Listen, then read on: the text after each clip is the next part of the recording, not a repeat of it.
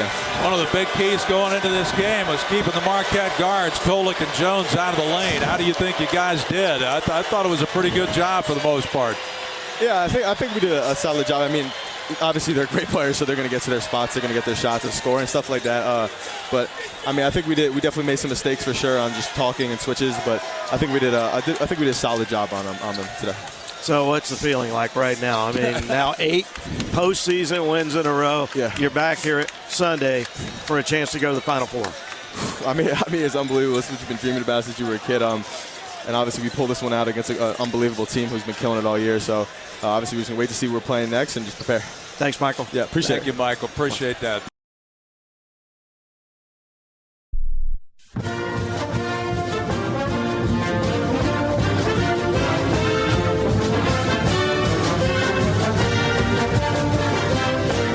It's the best feeling in the world when you know the work you put in is showing up on the court. McCain again, good again. Crossover, a step back, pure, still cooking. I feel like we're starting to peak right now at the right time. We just got to keep this thing rolling. We're excited to see where we stand. Straight line drive and a right hand punch. Blocked by Roach. Oh, what a find to flip to throw it down. The Blue Devils are filling it up from deep. You know, we have fun when we play together. We know we can win when we play together. Jaron McCain, lethal. A little bully ball from Flip. Finds a cutter and Mitchell steps through and throws it down. I can't wait to go to Dallas. To the Final Four. It's Duke and Houston, and off we go from Dallas. On the Blue Devil Sports Network from Learfield, you're listening to Duke basketball in the NCAA tournament from the American Airlines Center in Dallas, Texas. Blue Devil basketball is brought to you by Coca-Cola. They say Coke Zero is irresistibly tasty. Does that make it the best Coke ever? Find out for yourself. Reed's Jewelers, your home for fine Swiss timepieces, beautiful diamonds, and the world's most luxurious jewelry brands. Reed's Jewelers, trusted with life's moments. By Continental Tire, the exclusive tire of the Blue Devils. Find the right tire for your vehicle at ContinentalTire.com. Continental Tire, the smart choice in tires. By the Hilton Garden Inn, your home base near Duke University. Duke Health. Duke Health doctors are the official team doctors for Duke Athletics. Learn more at dukehealth.org. And by the Washington Duke Inn, honoring tradition over trend for over 30 years. Still ahead, keys to victory, starting lineups, and the opening tip. This is Duke basketball from Learfield. At Reed's Jewelers, we know that the rules of engagement were made to be broken. So don't settle for the first ring you see in the case. When you put a ring on it, make the moment your own with something that's just as unique as your love. Whether you're going big, keeping it subtle, or finding a happy medium, we're here to help you say I do with a one-of-a-kind design. Because doing things your way is what makes them mean everything. Reed's Jewelers, an official partner of Blue Devil Sports. Visit your local Reed's Jewelers in-store or online at reeds.com to chat with an expert. The passion, the tradition, the rivalries. SiriusXM is your destination for all things college sports, and we've got you covered. On ACC Radio, there is complete coverage of every school in the conference, including live games, plus 24/7 talk and analysis. So cheer along on the SiriusXM app and listen to your favorite team anywhere. And now you can get 3 months of SiriusXM free. Subscribe now. See offer details at SiriusXM.com/ACC Sports. The Brotherhood plays here. This is Luol Day. Hey, this is Mike Cheminsky. Hey, this is Tyus Jones. You're listening to Duke Basketball. Game, but not the drink being spilled down your back or the foam finger poking you in the face? Well, head to the concession stand, grab a Lindy's Italian Ice, and take a 6-ounce vacation. A 6-ounce cup of lemon Italian Ice will make you feel like you're swaying in a hammock, and the only thing in your face is a cool, salty breeze. That ought to have you refreshed. Now get your head back in the game and start belting out blue and white with the youthful exuberance of the freshman behind you. Yes, the same one that keeps spilling his drink down your back. Lindy's Italian Ice. Have an ice day. He'll fire, and it's good! This is Duke head men's basketball coach John Shire. When it comes to keeping our team healthy, we turn to the team at Duke Sports Medicine. We offer full-service sports medicine care at locations throughout the Triangle, where you can see the same experts used by Duke Athletics. Make an appointment or learn more at dukehealth.org/sportsmedicine. Go Duke! The crowd loves that.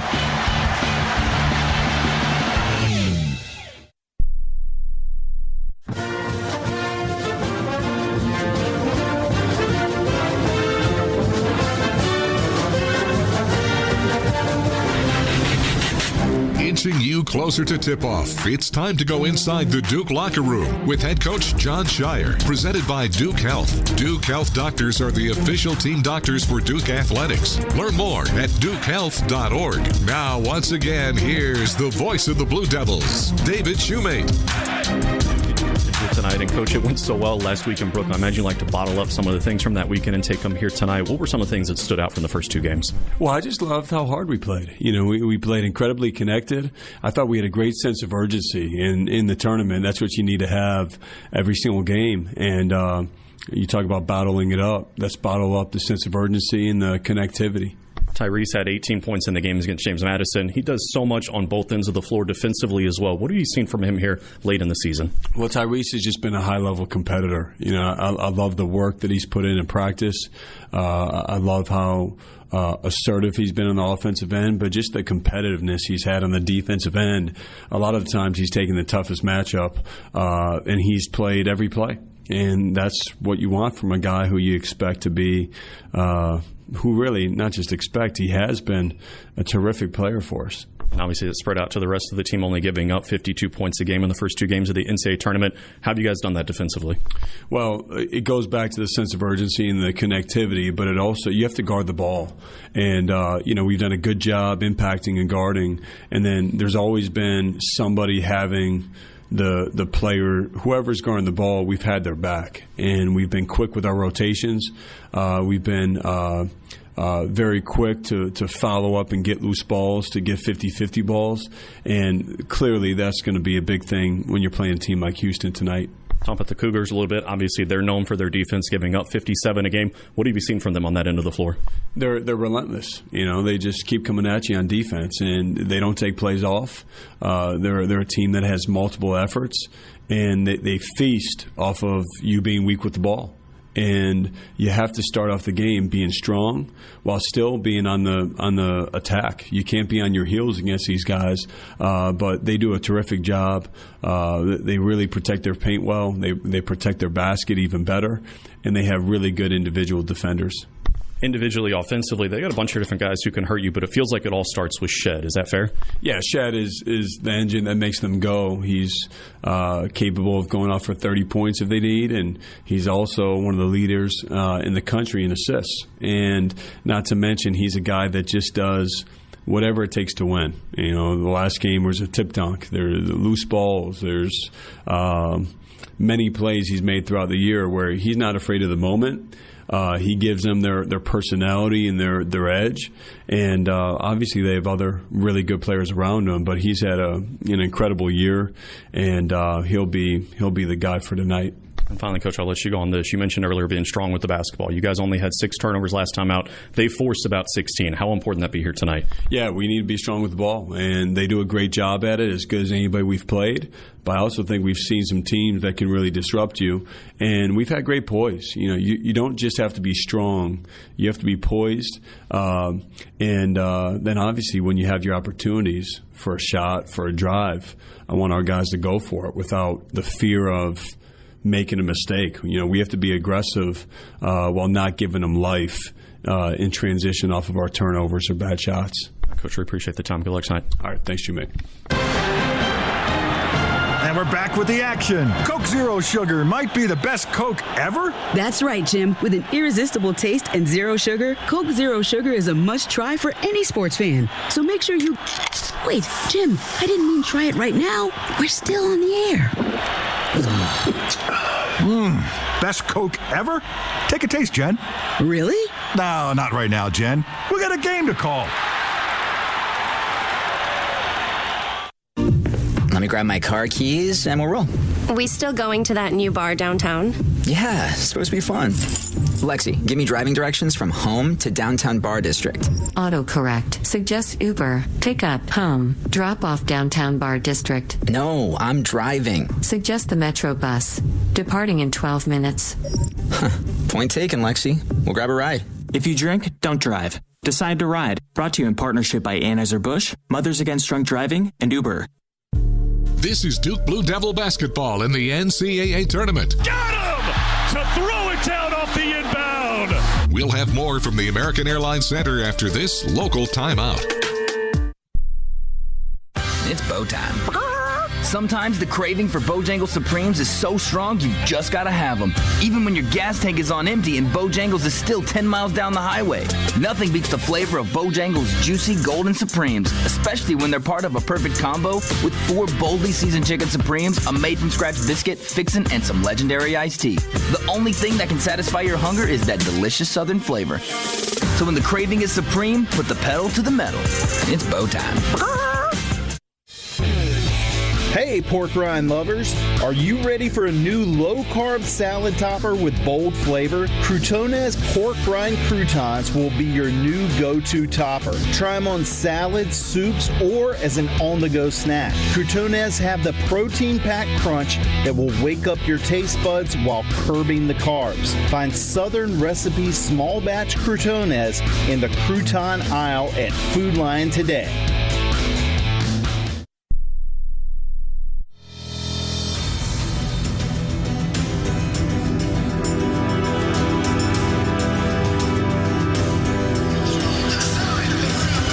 Welcome back to Dallas as we're getting set for the Sweet 16. The Blue Devils taking part in the South Regional. Of course, they've already got wins over Vermont and James Madison, the 13 and 12 seeds respectively, and now they get a shot at the number 1 seed, the Houston Cougars, who come in at 32-4, fresh off an overtime win over Texas A&M. We've already seen a double-digit seed make it to the regional final here in Dallas as NC State continues their remarkable run. The 11 seed is through after beating Marquette in our first game here tonight, eliminating the 2 seed. So that's what awaits the winner. By the way, the Blue Devils and the Wolfpack have never met in the NCAA tournament, so maybe that happens on Sunday for the first time. But as I bring in John Roth, John Shire's group certainly has their hands full tonight against a Houston team that's among the elite teams in the country on the defensive end of the floor.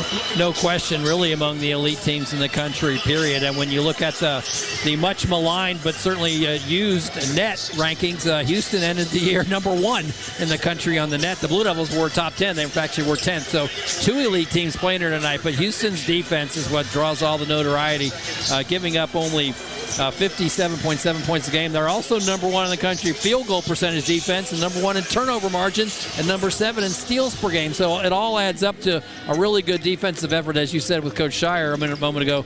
Producing 16 turnovers a game and most of them are actually forced with the 10 steals they get per game. They do a lot on the defensive end, and certainly that's going to be a big challenge tonight for the Blue Devils, who can score the ball, so it should be an interesting challenge. And, of course, their resurgence mirrors the return, or rather Kelvin Sampson coming to Houston. He's in his 10th season as the head coach. Their 6th straight NCAA tournament now. That's a school record. They're in the Sweet 16 for a 5th consecutive season. We mentioned the 5-point win over Texas A&M. One of the storylines for this Houston team, similar to what John Shire's been dealing with, Caleb Foster not able to go in the NCAA tournament. They announced that a week ago. Houston's had some injuries as well.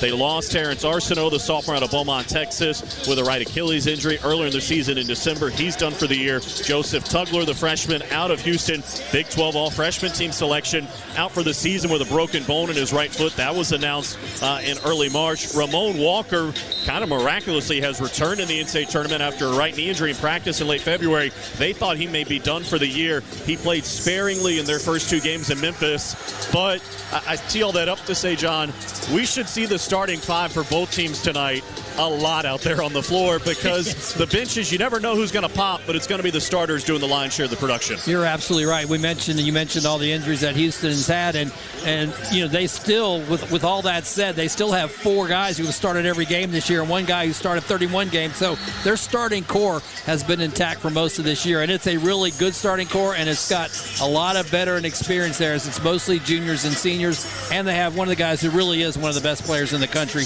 in Jamal Shed, Defensive Player of the Year in their league, Player of the Year in their league, and a consensus first-team All-American. So he's one of the best that the Blue Devils are going to have to deal with. Doing things that haven't been done at Houston since Reed Geddes. I mean, in terms of stacking up assists in a single season in consecutive years. This year, he's already got 230. He's the only player in the country in the top 25 in assists a game, steals a game, assist-to-turnover ratio. Talking about Reed Geddes, a part of that 5 Slamma Jamma squad.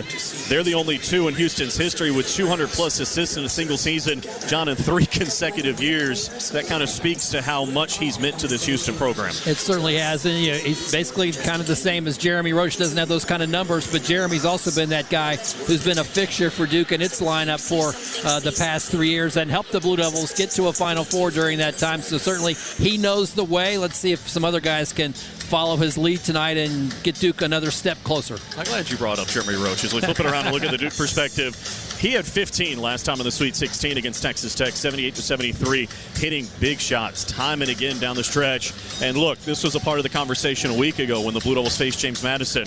How are you going to deal with an older, physical team?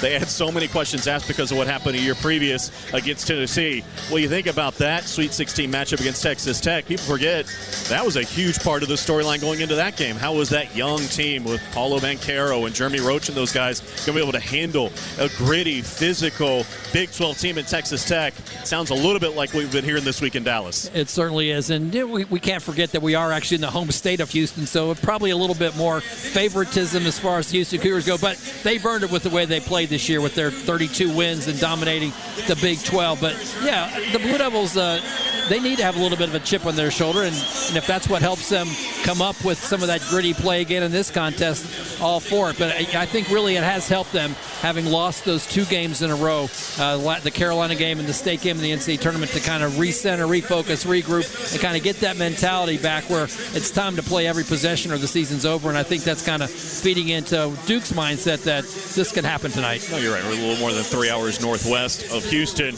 We talk about Jeremy Roach. Let's talk about the freshman. You look at what Jared McCain did against James Madison, setting a Duke record with 8 made three-pointers, went for 30 points. You know he can do that. He is explosive, and when he is on, John, the Blue Devils are almost impossible to stop. He is. He's had some of those games this year. If he comes out and knocks down 6, 7, 8 three-pointers, the Blue Devils will be in good shape. But I'll be interested to see what Houston does to try to take him out of the game, because they do have an elite defense, and we'll see what they focus on in this contest. But I got a feeling that Kelvin Sampson is not going to see Jared McCain dropping a lot of threes. So let's see what kind of different ways they use to try to stop Duke's offense, which has been prolific at times this year. The other thing that'd be fascinating to me to watch, yes, Houston is physical, but they're not huge. Their biggest player in the starting lineup is 6'8", and that's Javier Francis. Kyle Filipowski, of course, the 7-footer. The Blue Devils have gotten to the Sweet 16 with him doing more of the ancillary work. Only 8.5 points per game, but he's gotten 8.5 rebounds, averaging 4 assists, 2 blocks, and 2 steals. It feels like he could have a monster game as well. As we count you down to tip-off, of course, it's a busy night in the Sweet 16. Everybody trying to scramble to get to the Elite Eight. And for more on that, let's head to the studios and say hello to Kyle Schassberger. Thank you very much, gentlemen. Let's recap you on what happened first in Big D, shall we? 11-seeded NC State. They last lost the regular season finale back on March 9th. That was 81-73 at Pittsburgh. Since then, magical run for the Wolfpack. 5 wins in 5 days at the ACC tournament in D.C., and now 3 consecutive wins in the NCAA tournament, and they'll be playing on Sunday. Ball back tapped out, and Middlebrooks has got it. 2 seconds, 1 second. There's the Hornets all over.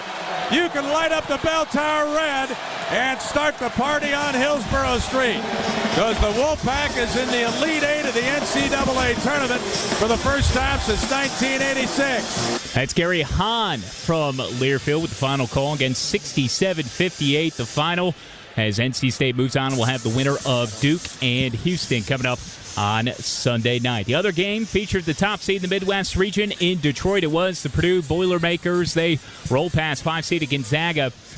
80-68 the final score, as the Boilermakers will move on and have either 3-seeded Creighton or 2-seeded Tennessee. That'll be the final game of 4 on the docket tonight. Greg McDermott's Blue Jays having to defend one Zakai Ziegler and the Tennessee Volunteers' defensive attack. He gets to spots offensively. He's so disruptive defensively. And, Coach Barnes has really, carved out a huge role for him on that team on both ends of the floor. He's hit big shots. He can, whatever, I don't know how many steals he's got. It's a lot.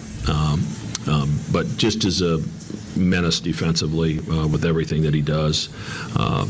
He's a terrific point guard, and in a lot of ways, kind of the straw that stirs the drinks for them in a lot of ways, because of the impact he has on defensively and the plays he makes for other people offensively. I mean, 204 assists to 76 turnovers in the SEC.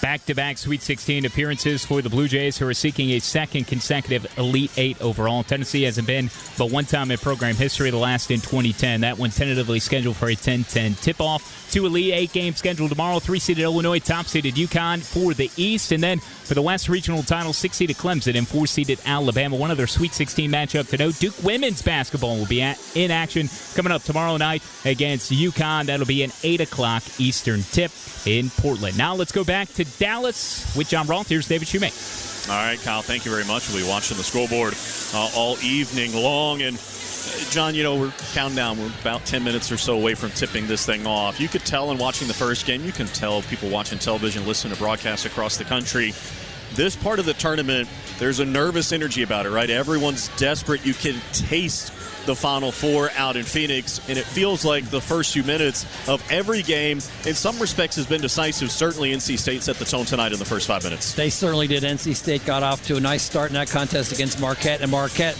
really did not get off to a good start in that contest. Even though they didn't turn the ball over, they couldn't hit their shots from the outset, and DJ Burns, even though he didn't have a lot of points, had a couple of great passes early, and it's just kind of established the fact that the Wolfpack was going to keep playing like they've been playing, and Marquette was going to have to do something about it, and they couldn't. And, of course, that was a huge part of the story on Sunday afternoon in Brooklyn when the Blue Devils jumped out 24-9 on James Madison and never looked back, winning by 38, 93-55. The Blue Devils are back out on the floor. It'll be Duke and Houston, the winner to the Elite Eight. And the starting lineups and the opening tip-off are headed your way next. Every day in the U.S., more than 9 people are killed and 1,000 injured in crashes involving a distracted driver. You can't control other motorists, but you can control how you operate your vehicle. Avoid distractions while driving, like texting or checking social media. Brought to you by Trusted Choice Independent Insurance Agents of North Carolina. Learn more at trustedchoice.com/go Duke. To learn more, visit your local Trusted Choice Independent Agency, Omni Insurance Solutions Incorporated in Smithfield, or go to the 4tib.com. Would you like to learn how AI-driven financial strategies can empower you to meet evolving challenges with confidence? OneStream can help you do just that. It's the next generation intelligent finance platform that streamlines corporate performance management processes such as planning, forecasting, financial close, and consolidation. Choose the smarter option. Choose OneStream. Go to onestream.com/AI and streamline your business today. Follow the Blue Devils on and off the hardwood at Duke MBB. Twitter, Instagram, Facebook, and more. This is Duke basketball from Learfield. Blue Devil fans, here's your chance to team up with Duke basketball in a season-long effort to support Duke Children's Hospital. The Duke Children's Charity Stripe Challenge is an initiative that raises money for Duke Children's patient care, research, and education every time the Blue Devils make a free throw this season. And you can join the challenge by pledging an amount for every free throw the Blue Devils make, or simply make a one-time pledge to show your support. Visit DukeCharityStripe.org to learn more and help make a difference in the lives of the kids at Duke Children's. PNC Bank is committed to making a difference in the lives of their customers and communities by helping all move forward financially. As a Main Street bank, they try to do the right thing by their customers with every encounter. Their local teams offer personalized financial advice to help guide customers to making the best decision. They're proud to be part of the Duke Blue Devils community. See how PNC Bank can make a difference for you at PNC.com. PNC Bank National Association, member FDIC.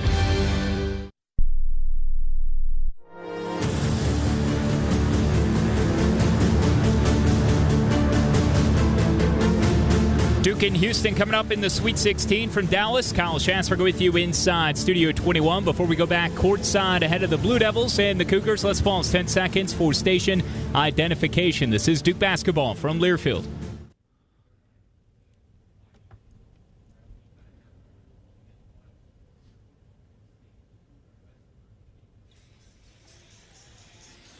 It's Duke and Houston meeting for the first time ever in a trip to the Elite Eight, a contest waiting on Sunday to the winner against NC State. Coming up, we go back courtside in Dallas. Along with John Roth and engineer John Rose, here's the voice of the Blue Devils, David Shoemate. All right, Kyle, thank you very much. Let's dive right in with our starting lineups. They're presented by Delta. Statistically, the world is losing color. All-white kitchens, beige nurseries, great cars. But in the destinations Delta flies to, there's still a vibrant world out there, and sometimes opening your world is all it takes.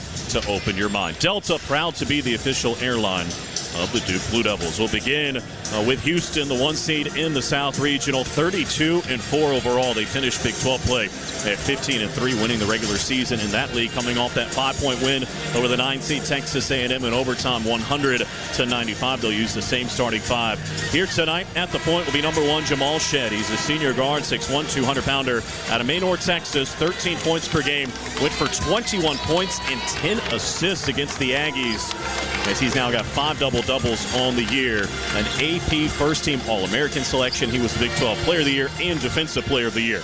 Number 4 is L.J. Cryer. He's a senior guard, 6'1", 200-pounder out of Katy, Texas. Transfer from Baylor, 20 points he had in the win over Texas A&M, including 3 of 10 from 3. Number 21 is Emmanuel Sharp, the redshirt sophomore guard, 6'3", 205 out of Tampa, Florida. Had 30, a career high against Texas A&M, including 7 of 14 from deep. Number 13 is Jawan Roberts. He's a redshirt senior forward, 6'7", 235 out of St. Thomas in the U.S. Virgin Islands. 13 points in the win over Texas A&M, and rounding out the starting 5 is number 5, Javier Francis, the junior forward, 6'8", 240 out of New Orleans, Louisiana. He went scoreless, had foul trouble, only played 19 minutes against Texas A&M, but he averages 6 points and 5 rebounds per game. For head coach Kelvin Sampson in his 10th season at Houston, the associate head coach is Quantus White, and the assistants are Kellen Sampson, his son, by the way, named over the summer the head coach and waiting for the Houston Cougars whenever Kelvin decides to retire, and the other assistant is KC Beard. Meanwhile, for the Blue Devils, the 4 seed in the South Region, 26-8 overall, 15-5 they finished play in the ACC, coming off that 38-point rout over the 12 seed James Madison. Same starting 5 here tonight.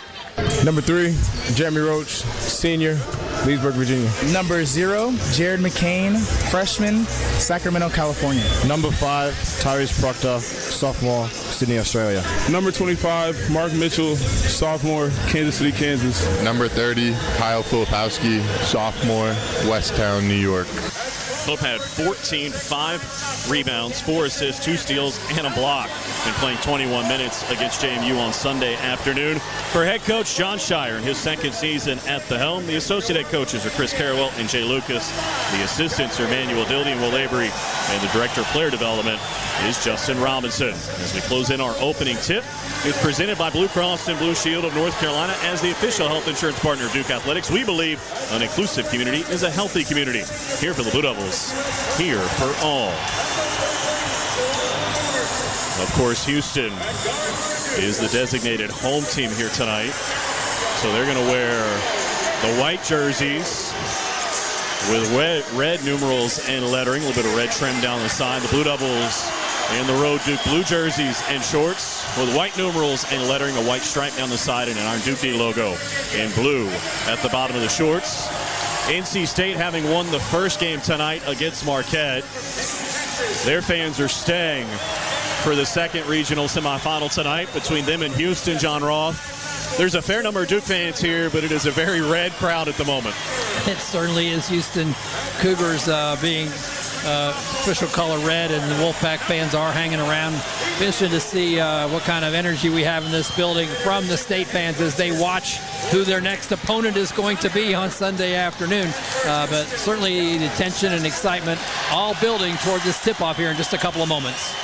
We are situated across from the Blue Devil bench, and we'll watch them go right to left here in the opening half as we see things in this 20,000-seat building, American Airlines Center, the site of the Dallas Regional this year. Jeffrey Anderson is going to lead our officiating crew here tonight. He's assisted by Tony Chiazza and Don Daly. The 2 teams getting final instructions from their 2 head coaches before they head out onto the floor.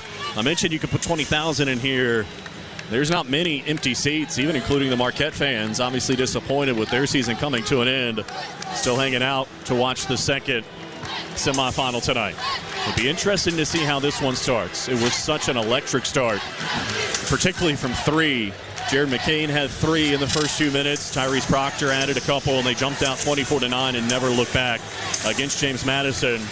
only turning it over 6 times, coming up with 22 assists along the way. It's the 6th time this year they've had 20 or more assists, and John Shire has been very open with the fact when his team plays basketball like that at the offensive end, John Roth, it helps them on the defensive end because the opposition can't get out and run. Yeah, absolutely. And there was a lot of good things from the offense that helped them in that particular contest. I mean, it was their season high with 14 threes, and one of their season, their 3rd highest scoring game of the year, one of their lowest turnovers of the year, and one of the highest assist games of the year. So they did a lot of things well in that game that they'd like to carry over and make it a habit here today. First meeting between Duke and Houston.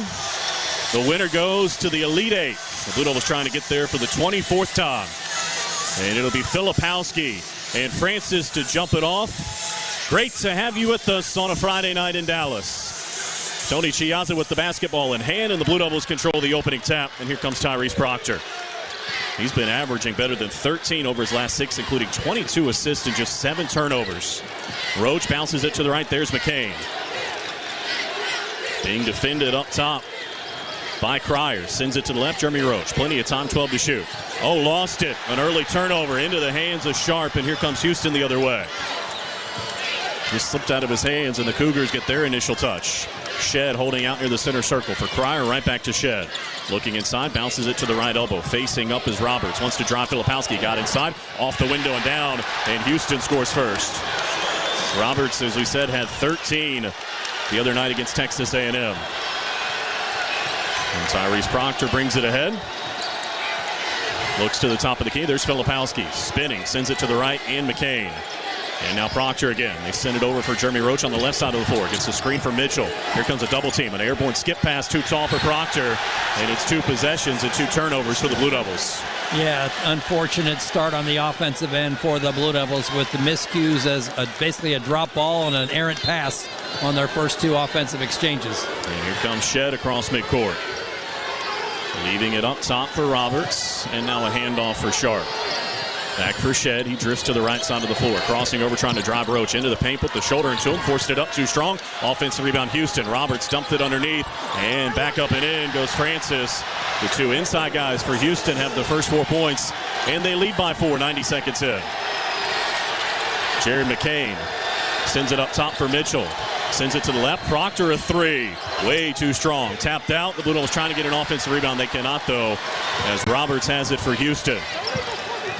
Across midcourt comes Shed. Wants to drive. Got by Proctor. Righty floater. And it's dunked down by Francis on the lob, and an early timeout for John Shire. 18-14 to play here in the first half. And the head coach sensing his team perhaps a little bit too amped up at the start. He's going to talk it over with the Blue Devils trailing 6-0 and 18-14 still to play here in the first half. Just underway here in Dallas in the Sweet 16, but action has been underway across the country. And for more on that, let's send it to the studio and check in with Kyle. Thank you very much, David. A reminder, this broadcast of the NCAA Division I Men's Basketball Championship is authorized under broadcast rights granted by the NCAA through Westwood One. It is intended solely for the private, non-commercial use of our audience. Any reproduction, retransmission, or other use of this broadcast without the express written consent of the NCAA and Westwood One is strictly prohibited. As David alluded to, we've got 2 other games that have gone final. 2 other teams have punched their ticket to the Elite Eight. Top-seeded Purdue in the Midwest region, 80-68 winners over 5-seeded Gonzaga. The Bulldogs will have either 3-seeded Creighton or 2-seeded Tennessee. Rick Barnes trying to move the Volunteers into a program's 2nd Elite Eight appearance all time. What makes them good is because they're solid. They do what they do. They don't foul. Believe me, I don't think there's a team in the country that teaches to foul. And, we don't want to foul either. We want to play a little bit different than they do, but yet we're not trying to foul. I can tell you that because, they're a good shooting team, a free-throw shooting team, and there's so many different ways you can play defense, just like there's so many different ways you can play offense, and they've got their style that's gotten them here. We have, and you can pretty much expect both teams are going to do what they do that has gotten them this far.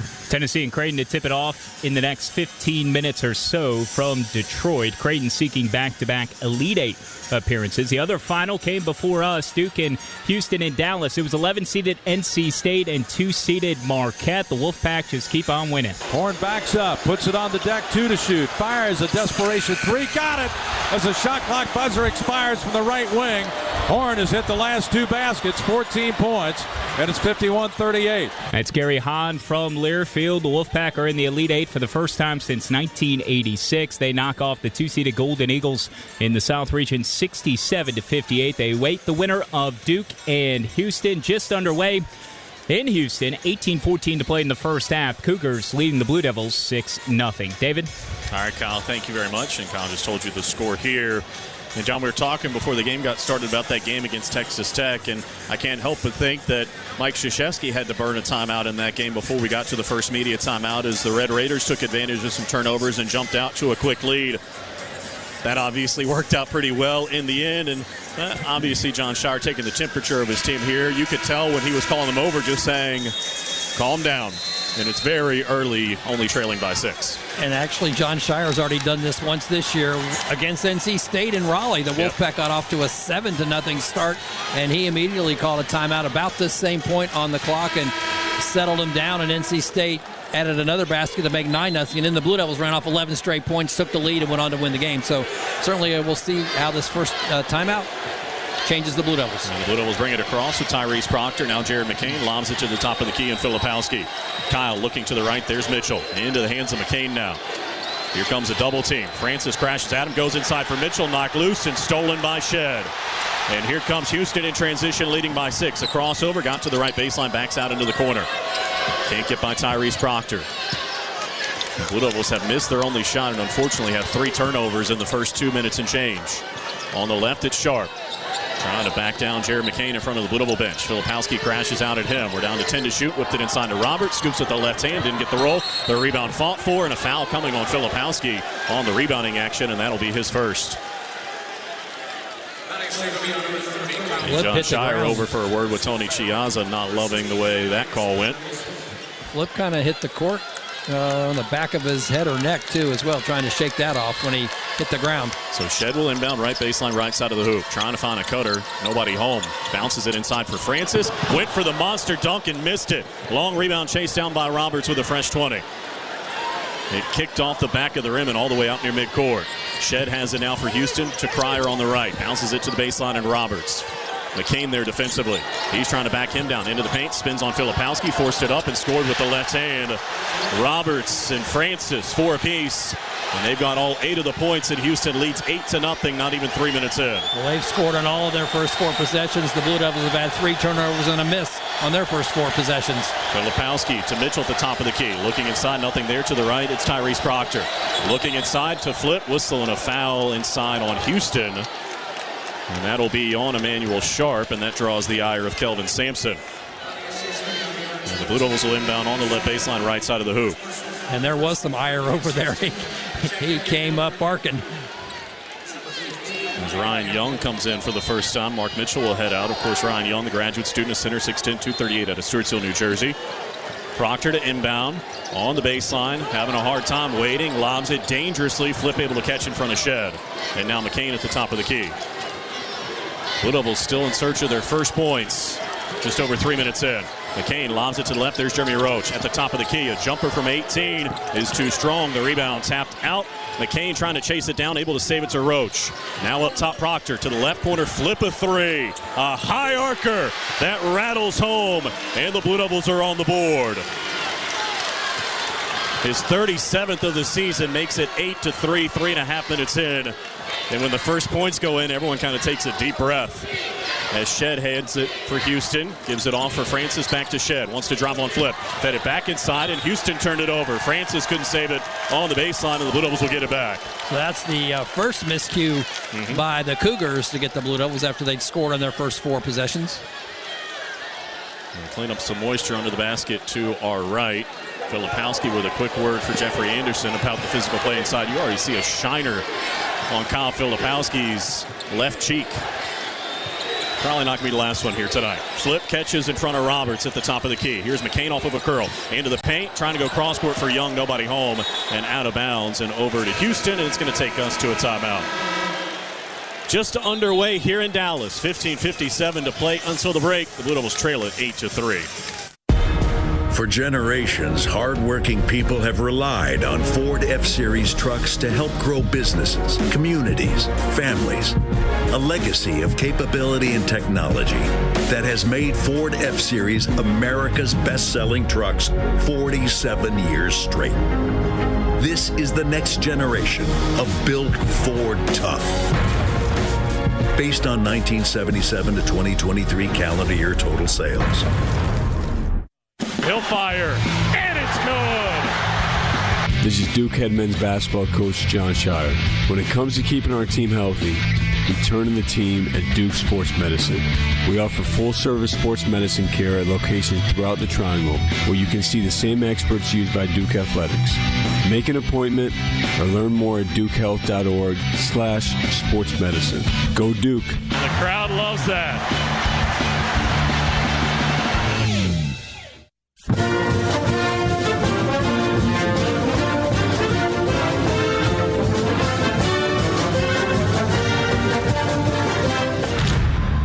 Duke basketball in the NCAA tournament against Houston is brought to you by Duke Stores. Shop.duke.edu, where real Duke fans shop.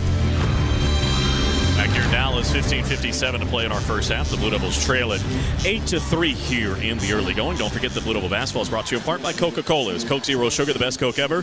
That's a bold question. It's got that irresistible taste to back it up. It's too bad you can't taste with your ears because this Coke Zero Sugar is really amazing. You have to take a taste for yourself. Coke Zero Sugar.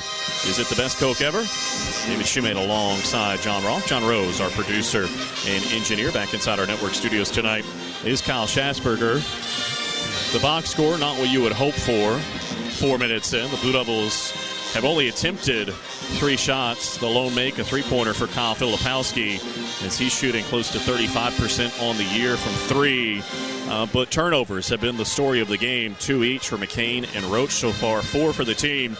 And, John, it's led to 6 points off of turnovers for Houston, and all 8 of the points for the Cougars have come right at the rim in the paint. Certainly has, and one thing you don't need to do is help Houston at all by giving them live ball turnovers that they can turn into points. They have forced a lot of turnovers, and they're not always the kind that lead directly into points off of turnovers, but so far against Duke they have been, and the Blue Devils need, as you talked about with Coach Shire before the game, taking care of the basketball, being strong with the basketball, 2 of the really major points in the scouting report coming into this game. Yeah, they force about 16 turnovers a game. The Blue Devils only turn it over 9.6 times per game. And out of the timeout, it'll be Houston in possession with 15:57 to go. And it'll be Jeremy Roach, Jared McCain, Ryan Young, Kyle Filipowski, and Tyrese Proctor out there for head coach John Shire. The starters stay for Houston: Shed, Cryer, Sharp, Roberts, and Francis. And it'll be Shed to bring it across. Jeremy Roach will greet him. Sends it to the right corner. Sharp trying to drive McCain. Got to the block, fades away, and scores. Sharp with his first field goal. And it's 10-3 Cougars here in the first 4 minutes and change. He had a huge game to help them get past Texas A&M with 30 points last weekend. Career high, including a career-high 7 threes. As Proctor sends it for Roach. Looking to the left, there's Filipowski. Back up top for Jeremy. A handoff for Tyrese Proctor. A screen from Filipowski. Proctor on the drive. Into the paint. Rises up and scores off the left side. Tyrese Proctor with his first field goal, and it's 10-5 with 15:17 to play here in the first half. And Shed brings it across for Houston. Now for Sharp. Dribbling on the right. Sends it to the top of the key, and Roberts. Roberts, a couple of dribbles to the left. Trying to turn the corner on Young. Got it blocked by Ryan Young, but a foul's going to be called. And the first free throws of the game will be for Houston as Ryan Young picks up his first. Well, Ryan certainly got the ball and knocked it out of bounds, but also got the body as he was trying to block the shot, so free throws coming. John Shire did not like the call, telling Jeffrey Anderson about that. Roberts at the free throw line where it has been a struggle this year, just north of 52%. Only took 2 in the game against Texas A&M, made 1 out of 2. And the first one here for the left-hander is a little push shot that's no good. There were plenty of free throws in that game in Memphis. Houston was 21 of 30. Texas A&M shot 45, but only made 29 of them. Yeah, that was a huge factor in that game. Texas A&M made a few more shots from the free throw line. That game might not have gone to overtime. Roberts missed the second as well. The Blue Devils have the rebound. All things considered, only down 5 minutes in. Proctor Little stutter step dribble for Flip up top, launches again, couldn't get the three. Young battling on the boards, couldn't come up with it. Cryer has it for Houston. Here comes Shed across midcourt. Brings it to the top of the key, scoops it for Cryer. He wants to drive, floats from 15 feet out, rimmed out, and the rebound for Filipowski. The Blue Devils want to push the pace down by 5. It's Roach on the right. Waiting, sends it for Flip. Thought about a three, instead he'll drive, cut off, backing down at the left block. Here comes a double team, trying to keep the pivot foot. What a find to Proctor. Back to Roach. How about a three? Around and out up top, and the rebound for Roberts. But good ball movement on that possession. What a pass by Flip to save that possession. Roberts has it for Houston. We approach 14 minutes to play in the first half. The Blue Devils down 10-5 here in Dallas. Shed looking for a bounce pass that's not there. Forced it to the baseline into the hands of Roberts. Faces up on Young. Backs him down. 10 to shoot. Into the paint. Lefty scoop. Too strong. The rebound for Flip. Head up. He'll lead the break on the left side of the floor. Through some traffic to the right, there's McCain. Inside Young, wide open. Two guys go airborne. He steps through and scores. Ryan Young with his first field goal. And the Blue Devils are back within 3. Well timed his move, so we got a clear look at the basket, almost through a foul. Shed across midcourt. You can hear the Blue Devil faithful starting to make some noise. Shed sends it to the left. There's Cryer. Proctor in his hip pocket. Shoveled it off for Shed on the right. Shot clock down to 10. McCain staring him down. A crossover. Shed to the baseline. Put the shoulder to him. Cross-court pass deflected. Nearly stolen. Out of bounds. McCain got hip checked. No whistle on the foul, and they say out of bounds on McCain. It'll stay with Houston with 6 to shoot. Tough call on McCain. Went up in the air to get the ball and got knocked out of bounds, and they're saying it's out on him. So Houston will inbound on the baseline to our right. Again, just 6 on the shot clock with 13:24 to play in the first half. Shed to inbound. Waiting. Still waiting. Having a hard time. Finally gets it into the left corner. 4 to shoot. Trying to drive. It's done off the bench. Puts it up and didn't get the roll from the top of the key, and the rebound for Jeremy Roach. Down by 3. Here come the Blue Devils right to left. Roach for Filipowski at the top of the key. Further to the left, there's Proctor. Comes off of a screen set, flip on the left baseline. Kyle, double team, step through, took some contact. Another foul is going to be called on the second swipe. This will be on Roberts, and that's his first. Good on Kyle Filipowski to be strong with the basketball there through some heavy contact inside, and the whistle finally went. And the Blues will inbound on the left baseline, left side of the hoop. Yeah, good example of what Coach Shire was talking about all week, about being strong with the ball against their really aggressive defense. Proctor to inbound, left corner Roach, 3-ball up, rattled out, and the rebound inside for Roberts in Houston. Good look, though, in the corner. 7 minutes in, the Blue Devils trail at 10-7. Cryer across midcourt for Houston. Makes his way to the left. Filipowski crashes out at him. Dunn has it now. Cryer holding his right eye out near midcourt. 10 to shoot. Shed at the top of the key. McCain defending. A crossover, a drive, trying to step through, forced it up, missed it. The rebound for Flip. He's fouled. That'll be on Cedric Lott, the redshirt freshman out of the Ivory Coast. The first on him and the third on Houston. He only plays about 5.7 minutes per game. Only played 8 minutes in the game against Texas A&M. Out there to try to give him some size at 6'9", as we see Sharp come back into the game. And Ramon Walker Jr. will come in for the first time, the junior out of Pearland, Texas. He will relieve Roberts. So Young, Proctor, Roach, McCain, and Filipowski out there for John Shire. 10-7 our score. The Blue Devil defense starting to slow down Houston. They haven't scored in more than 3 minutes now. Young to the right, there's McCain. Whips it inside for Flip. Here comes a double team. Forced his way through it. Needs some help on the baseline. Spins, goes up, and banked it up. No good.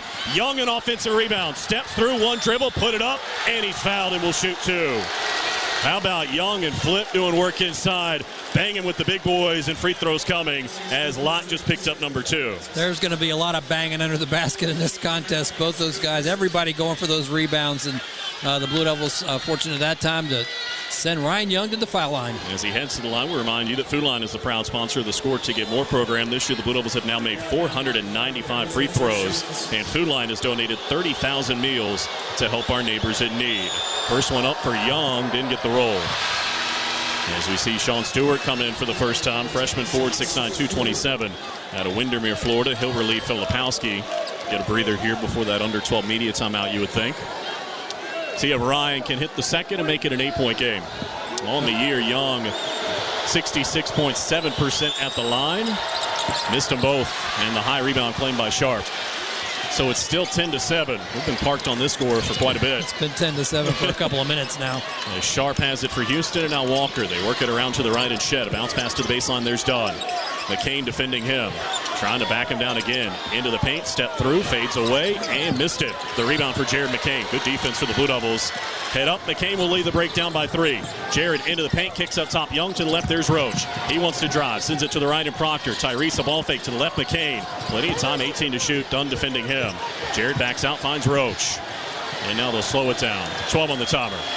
Jeremy wants to drive into the paint, took some contact, kicks out, McCain a 3.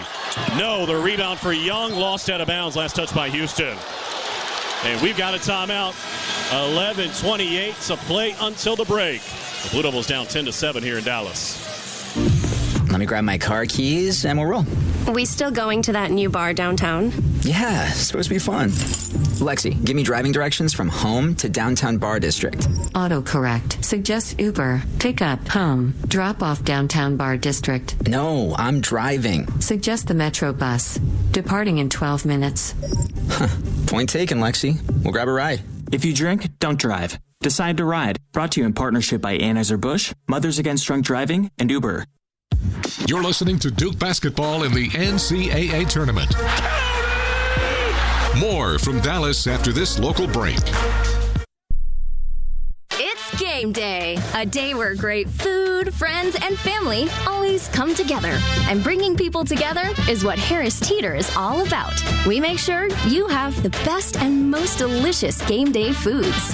Whether you're heading to the arena or making your own tailgate at home, Harris Teeter is where Blue Devil fans shop for groceries. And you can save big on your game day celebration just by joining EVIC. Sign up today and save hundreds of dollars per month. Harris Teeter, let's game day together. Steel gives you more than just reliable landscaping tools. Steel gives you battery-powered equipment trusted by the pros. From mowers and blowers to chainsaws and trimmers, take on your outdoor space with a name pros trust. Right now, save $20 on the BGA 57 battery blower set, including the AK-20 battery and AL101 battery charger. Real Steel. Find yours at steeldealers.com. Available for a limited time at participating dealers while supplies last.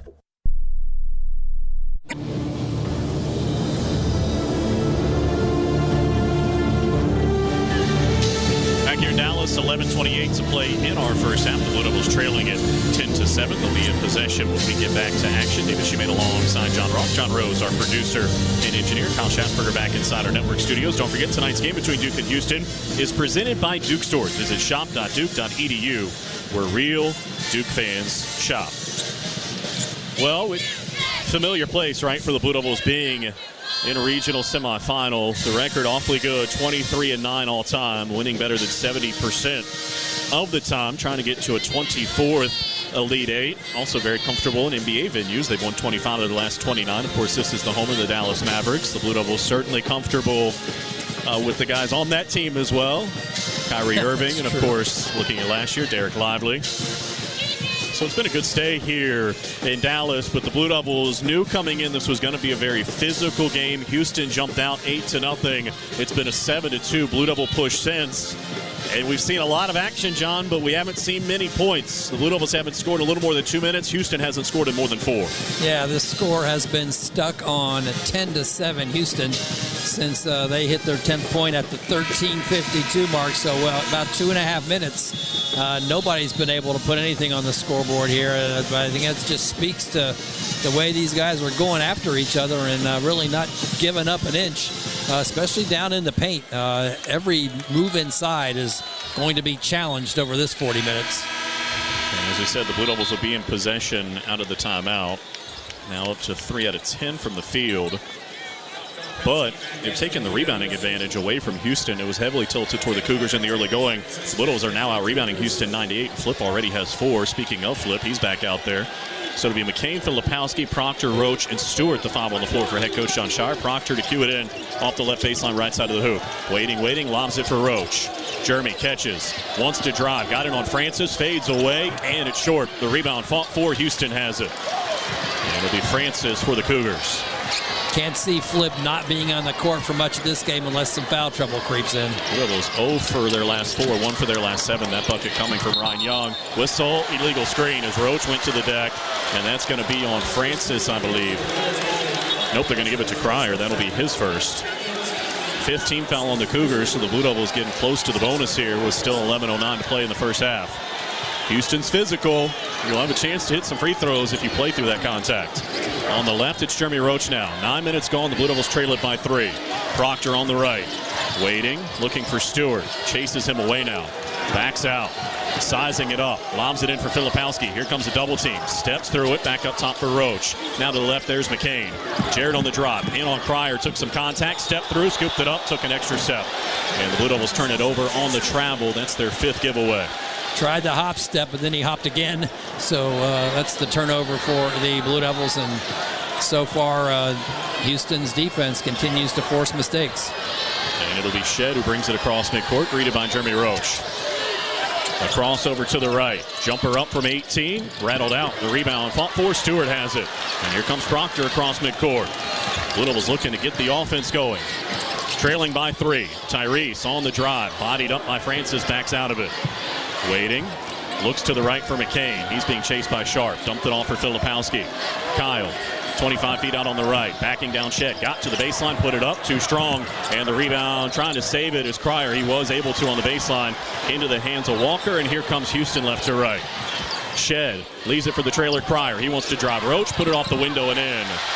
So Cryer has his first field goal. And Houston leads 12-7 as we drift past the midway point of the opening half. Blue Devils just 3 of 12 from the field. And somehow only down 5. Proctor on the left, sends it to the right. There's McCain. Jared dumps it off for Filipowski at the top of the key. Flip, looking inside, wants to drive. Bodied up by Francis. Went into his chest, put it up. No. They fight for the rebound, out of bounds. They say last touch by the Blue Devils. And Mark Mitchell will return with 9:33 to go in the first half, and he'll relieve Sean Stewart. But after that 8-0 start for the Cougars, it feels like the Blue Devils have steadied themselves, particularly on the defensive end. They just need to get something going offensively. Yeah, they've certainly played gritty defense here after that first timeout was taken. And now it's a matter of getting back in sync on offense. Roberts to the left off of a screen. McCain has him on a switch, trying to back him down into the paint. Spins to the left, forced it off the window and in. Jawan Roberts has 6 in the early going, and the Blue Devils find themselves down by 7, now 14-7. As we approach 9 minutes to play in our first half. Proctor across midcourt, greeted by Shed. The Houston faithful making some noise. Tyrese catches, looks to the right, can't get it back to McCain, so he'll feed Flip. Shed chasing Jared McCain. Bobbled it, able to save it on the right sideline. Shed kind of swiping at him. Lost it on the way, trying to get it to Proctor. Knocked out of bounds. Last touch by the Blue Devils. And that is turnover number 6 for John Shire's group, and Houston gets it back. They just apply a lot of pressure to every player out there, but mostly to the ball. And forced to get another turnover for the Blue Devils. As you say, they're 6th. The Blue Devils, unfortunately, have seen their drought now drift over 5 minutes. Houston has scored the last 4. They lead by 7. Roberts on the left baseline, backing down McCain, kicks to the right. On the drive, Cryer, spinning on Mitchell, nearly fell down. Set it back up top. And now they send it for Shed, back to Cryer on the left. Mitchell has him, 8 to shoot. To the left baseline, Roberts, backing down on McCain, ran him over, offensive foul, and that's the second on Jawan Roberts. McCain just determined to hold his ground and not allow penetration, and certainly that drew the foul. 2 on Roberts, also 6 on the Cougars, so now common fouls will send you to the free throw line. McCain has yet to score, but man, he's putting work out there. That jersey is drenched. It certainly is. And they will take Roberts out with 8:25 to play here in the first half. You mentioned all the free throws that were in their game over the weekend. Their opponent having 40-plus in that game. Houston had 4 guys that fouled out in that contest. Proctor off of a screen from Filipowski. Drifts to the right, feeds Jared McCain. Houston extending the pressure all the way well out beyond the three-point line. A driving lane for Blakes into the paint, stepped through, forced it up, and didn't get the roll. Mitchell battling on the offensive glass, tipped it to McCain. Out for a McCain 3, and he's got it at the top of the key. Jared McCain able to hit his first field goal, and the Blue Devils are back within 4, 14-10. Shed has it on the right. Filipowski has him on a switch. They work it around the perimeter. Sharp now back up top for Shed. Half the shot clock is gone. Flip has him. Wants to drive him into the paint. Kicks to the corner. 3-ball up, and it wouldn't go out of the hands of the Cougars, and Filipowski has the rebound. Proctor across midcourt, only down by 4. Behind the back with the dribble. Dancing with Cryer. Sends it to the right for McCain, and it's stolen by Shed. And a run out for an easy lay-in. Shed's first points make it 16-10, and those are the turnovers you cannot have in the Sweet 16. Live ball turnovers that go immediately to the rim. As we approach 7 minutes to play in the half. Proctor off of a screen sent by Filipowski. Sends it to the right. There's Mark Mitchell. Wants to drive. Got by Francis into the paint. Rises up. Got it blocked. And out of there with it is Shed. And here comes Houston across midcourt as we go under 7 minutes to play in the half. Shed wants to drive again. Got by Mitchell. Took some contact. Missed the layup. Tap follow wouldn't go. And Shed is down underneath the basket to our right. 5-on-4 for McCain. How about a 3? Short. The rebound fought for to the deck. Cryer has it. Scooped it into traffic. It's loose on the deck. The Blue Devils reach in to tie it up. And the officials have stopped play, but who was in possession as Shed is down in pain to our right. And who will have possession of the basketball? We'll find out when we come back. 6:38 to go until the break. The Blue Devils trail at 16-10. Calling all Blue Devils. Zips Car Wash is here to get you game day ready with their new $5 wash. Zip into any Zips in the Raleigh-Durham area to get your $5 wash and be back on the road in no time. But wait, does your ride need some extra TLC? Enjoy Zips complimentary self-serve detailing centers with surface cleaner, microfiber towels, and turbo vacuums with every wash. Looking to upgrade your car wash experience? Buy online and save at zipscarwash.com. Zips Car Wash, home of the $5 wash. Would you like to learn how AI-driven financial strategies can empower you to meet evolving challenges with confidence? OneStream can help you do just that. It's the next generation intelligent finance platform that streamlines corporate performance management processes such as planning, forecasting, financial close, and consolidation. Choose the smarter option. Choose OneStream. Go to onestream.com/AI and streamline your business today. He'll fire, and it's good! This is Duke head men's basketball coach John Shire. When it comes to keeping our team healthy, we turn to the team at Duke Sports Medicine. We offer full-service sports medicine care at locations throughout the Triangle, where you can see the same experts used by Duke Athletics. Make an appointment or learn more at dukehealth.org/sportsmedicine. Go Duke! The crowd loves that.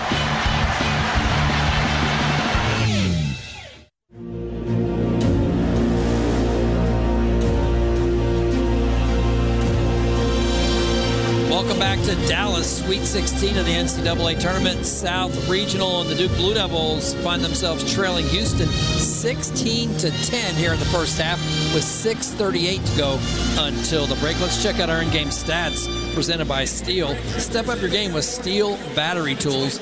For the Blue Devils, shooting has been the story. One of the stories so far as Duke has hit just 4 out of 17 shots since the beginning of this game, and just 2 out of 8 from three-point land, and they've only had 2 free throw attempts, which they missed both of.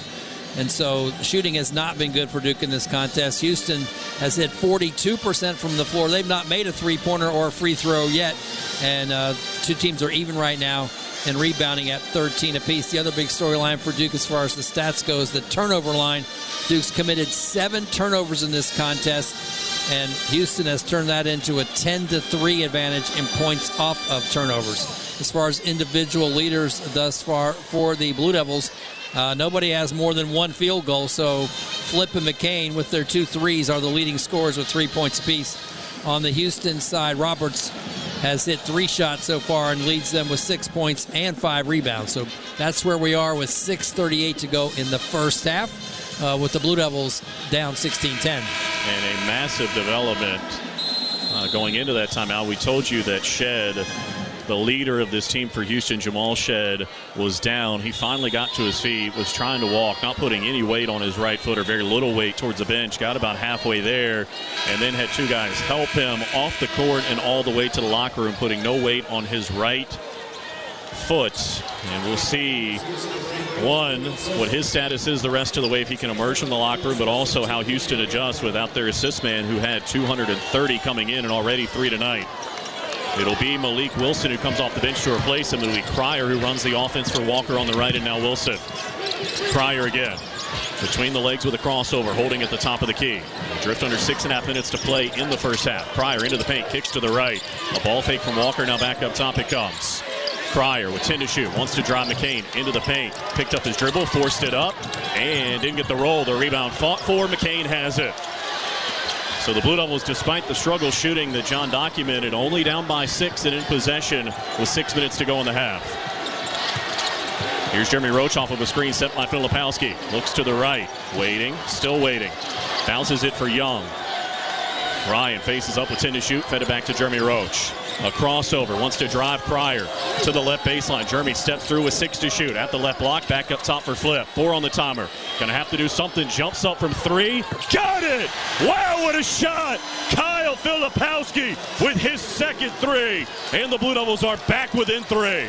Really just flinging it from the top of the key as the shot clock about to expire and goes through the net. In a game nothing would go, that falls. 5:25 to play in the half. Cryer has it now. Wants to drive McCain. Spins into the paint. Fades away at the free throw line and hits. LJ Cryer has 4. And Houston leads 18-13 as we approach 5 minutes to play in the half. The Blue Devils have made 3 of their field goals from deep. They've only got 5 in the game. Roach trying to get it to Filipowski. Whistle. Offensive foul. Wow, John Shire is livid. And that's the second on Filipowski. He was just trying to get a little bit of space at the top of the key. And what has basically been a football game, that got picked out at midcourt. Wow. 5:03 to go in the half. We'll see if Shire decides to leave him out there a little while longer. But he's still discussing it with the officials. Not at all happy about that one. Yeah, he is really upset with Jeffrey Anderson.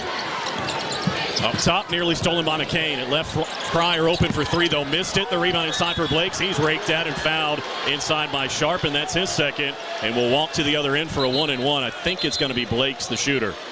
Blakes came in and did a good job of crashing the boards, and that's who he tried to rip the ball away from. So it looks like it should be Blakes heading down to the free throw stripe. By the way, good to see Blakes out there after that hard fall he had in the James Madison game where he had to go to get treatment in the locker room. But he's been back in practice all week and has been ready to go. Of course, wearing number 2, the junior guard, 204 out of Somerset, New Jersey. Made a good free throw shooter, better than 93% on the year. 1-and-1 here, trying to cut into this 5-point deficit. And the front end of the 1-and-1 is good. You never know when your number is going to be called in for Blakes. That's here in the Sweet 16 with 4:50 to play in the first half, trying to cut the deficit to 3. On the way. Got them both. As you said, it has been at times a struggle on the offensive end of the floor, but man, the Blue Devils are battling right now, giving as good as they're getting on the defensive end. And they've crawled back within 18-15 as Cryer brings it across midcourt. 4:43 to play in the half. Sharp going to launch on the right, can't hit the 3. Young the rebound. Able to steady himself, but he was standing on the baseline. Young felt like he was pushed. No whistle. Young trying to insist that Francis gave him a shot with the body as he was coming down with the board, and that made him go out of bounds. However, the official having none of that. And Wilson will inbound for Houston. Waiting to get it in, does for Dunn deep in the right corner. Wants to drive Jeremy Roach, trying to back him down at the right block. Into the paint, trying to step through. Awkward looking jumper is short. Mitchell has the rebound. Good strong board for Mark. And here come the Blue Devils down by 3. Roach, as we approach 4 minutes to play in the half, steadies himself. Gets a screen, a crossover into the paint, a blur. Then Mitchell to throw it down. Mitchell got the rebound on one end thanks to a great block out by Ryan Young, then finished with a dunk on the other end. It's a 1-point game. 18-17 as we approach 4 minutes to play in the half. Sharp a drive in on Young. Awkward scoop, missed it. Wow, and a foul on Young. That's the second on Ryan, and we've got a timeout. 4 minutes to go here in the first half. The Blue Devils back in the thick of it, trailing 18-17 here in Dallas. It's tournament time for your Blue Devils. You can show your support of Duke all year long by purchasing authentic Duke merchandise from DukeStore.com. Our huge assortment of Duke apparel means you won't have to go anywhere else for the perfect t-shirt, jersey, sweatshirt, or hat. The only collection of Duke merchandise in the world that actually comes to you directly from Duke University. DukeStore.com, where real Duke fans shop. Duke, Houston. Benz, and he throws it down. More from the American Airlines Center after this local timeout. It's bow time. Sometimes the craving for Bojangles Supremes is so strong you just gotta have them. Even when your gas tank is on empty and Bojangles is still 10 miles down the highway. Nothing beats the flavor of Bojangles Juicy Golden Supremes, especially when they're part of a perfect combo with 4 boldly seasoned chicken Supremes, a made-from-scratch biscuit, fixin', and some legendary iced tea. The only thing that can satisfy your hunger is that delicious southern flavor. So when the craving is supreme, put the pedal to the metal. It's bow time. Hey, pork rind lovers! Are you ready for a new low-carb salad topper with bold flavor? Croutonez pork rind croutons will be your new go-to topper. Try them on salads, soups, or as an on-the-go snack. Croutonez have the protein-packed crunch that will wake up your taste buds while curbing the carbs. Find Southern Recipes small batch Croutonez in the crouton aisle at Food Lion today.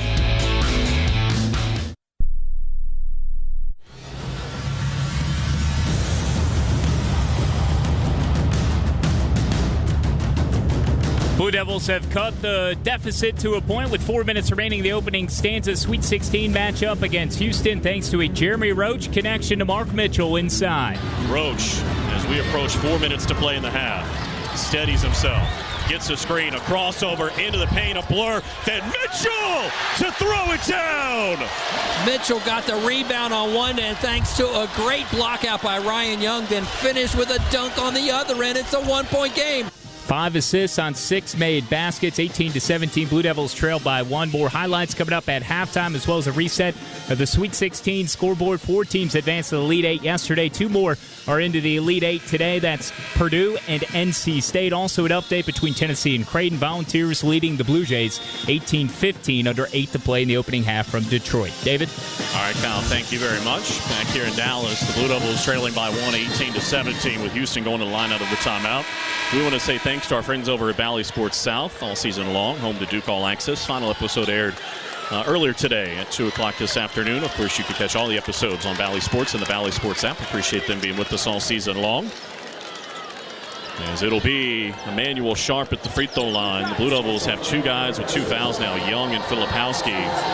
And Sharp at 85%, right-handed free throw shooter, hits the first. He's got 3. Flip on the bench, but Young staying in the game with his 2 fouls at the 4-minute mark here. Yeah, Kyle left with 4:50 to play in the half. Second attempt for Sharp is good. So the Blue Devils down by 3 again, 20-17, and go under 4 minutes to play in the first half. Roach across midcourt. Read up top by Wilson. Off of a screen set by Young. Jeremy a driving lane into the paint, puts it up, whistle, offensive foul. And that's the first on Jeremy Roach. Is drawing the charge inside was Damian Dunn. And that is team foul number 5. Will also go in as turnover number 9 for the Blue Devils here in the half. Yeah, I mean, you look at the shooting numbers, 32%. And you look at the turnovers, and it's remarkable what they've done to stay in this game, only down by 3. On the right, Wilson sends it for Cryer. Crossover trying to get in on McCain, into the paint, no room to shoot. Bounces it back up top. Malik Wilson sends it for Cryer at the top of the key. 9 to shoot. A jab step and a 3. Air ball out of bounds and over to the Blue Devils. Cryer is an elite shooter, and Jared McCain just took care of him twice on 1 possession. He's a guy who's made over 100 threes and hits 39% from three-point range, and great defense by McCain, stopping him 2 times on that possession. So the Blue Devils have it back, trailing by 3. Proctor off of the screen set by Mark Mitchell. Waiting, sends it to the right. There's McCain. Jared into the paint on the drive. Rises up and scores. Soft touch. He's got 5. And it's a 1-point game again, 20-19 with 3:05 to play in the half. Cryer across midcourt. Wilson dribbles to the right. Roach has him on a switch. A screen set by Francis. They send it to the top of the key and done. Now into the hands of Sharp. 13 to shoot. Crossing over. Wants to drive Proctor. Peels out. Jumper up. Missed it. The rebound. Proctor hacked at from behind. And the foul will come on Houston. That'll be on Dunn. And that's his second. Will go to the other end to shoot free throws. 1 to tie. 2 for the lead. No question that was the foul. It should, to me, should be Jared McCain going to the line, as that's who really got the worst end of that contact. Well, it was Proctor that was swiped at pretty hard. Okay, all right. Yeah, on the rebounding action. So Tyrese will be the one to shoot 1 and 1. Hasn't shot many free throws this year, just 47 considering the minutes that he's played. At better than 74% on the year, though. This is a 1 and 1. On the 8th team foul for Houston. On the way, got the first. Tyrese Proctor has 3. The Blue Devils have climbed the mountain, down 8-0 out of the shoot. They've tied it at 20. And now a chance to take the lead. On the way, got them both. The sophomore guard, 6'9", 183 out of Sydney, Australia, has 4. And the Blue Devil faithful come to their feet here in Dallas. 21-20. 2.5 minutes to play until the break. It's Sharp, a handoff for Cryer. Between the legs with a dribble. Roach in the defensive stance. For Francis, back to Cryer. Wants to drive left side of the paint. In on Young. Put it up. Missed it. The rebound for Young. And here come the Blue Devils right to left. The Blue Devils have made each of their last 3 from the field. Jeremy holding at the center circle. Sends it for Young on the left. Ryan faces up, finds McCain, curling at the free throw line, whipped it inside for Mitchell, knocked out of bounds by Wilson. It'll stay with the Blue Devils along the left baseline.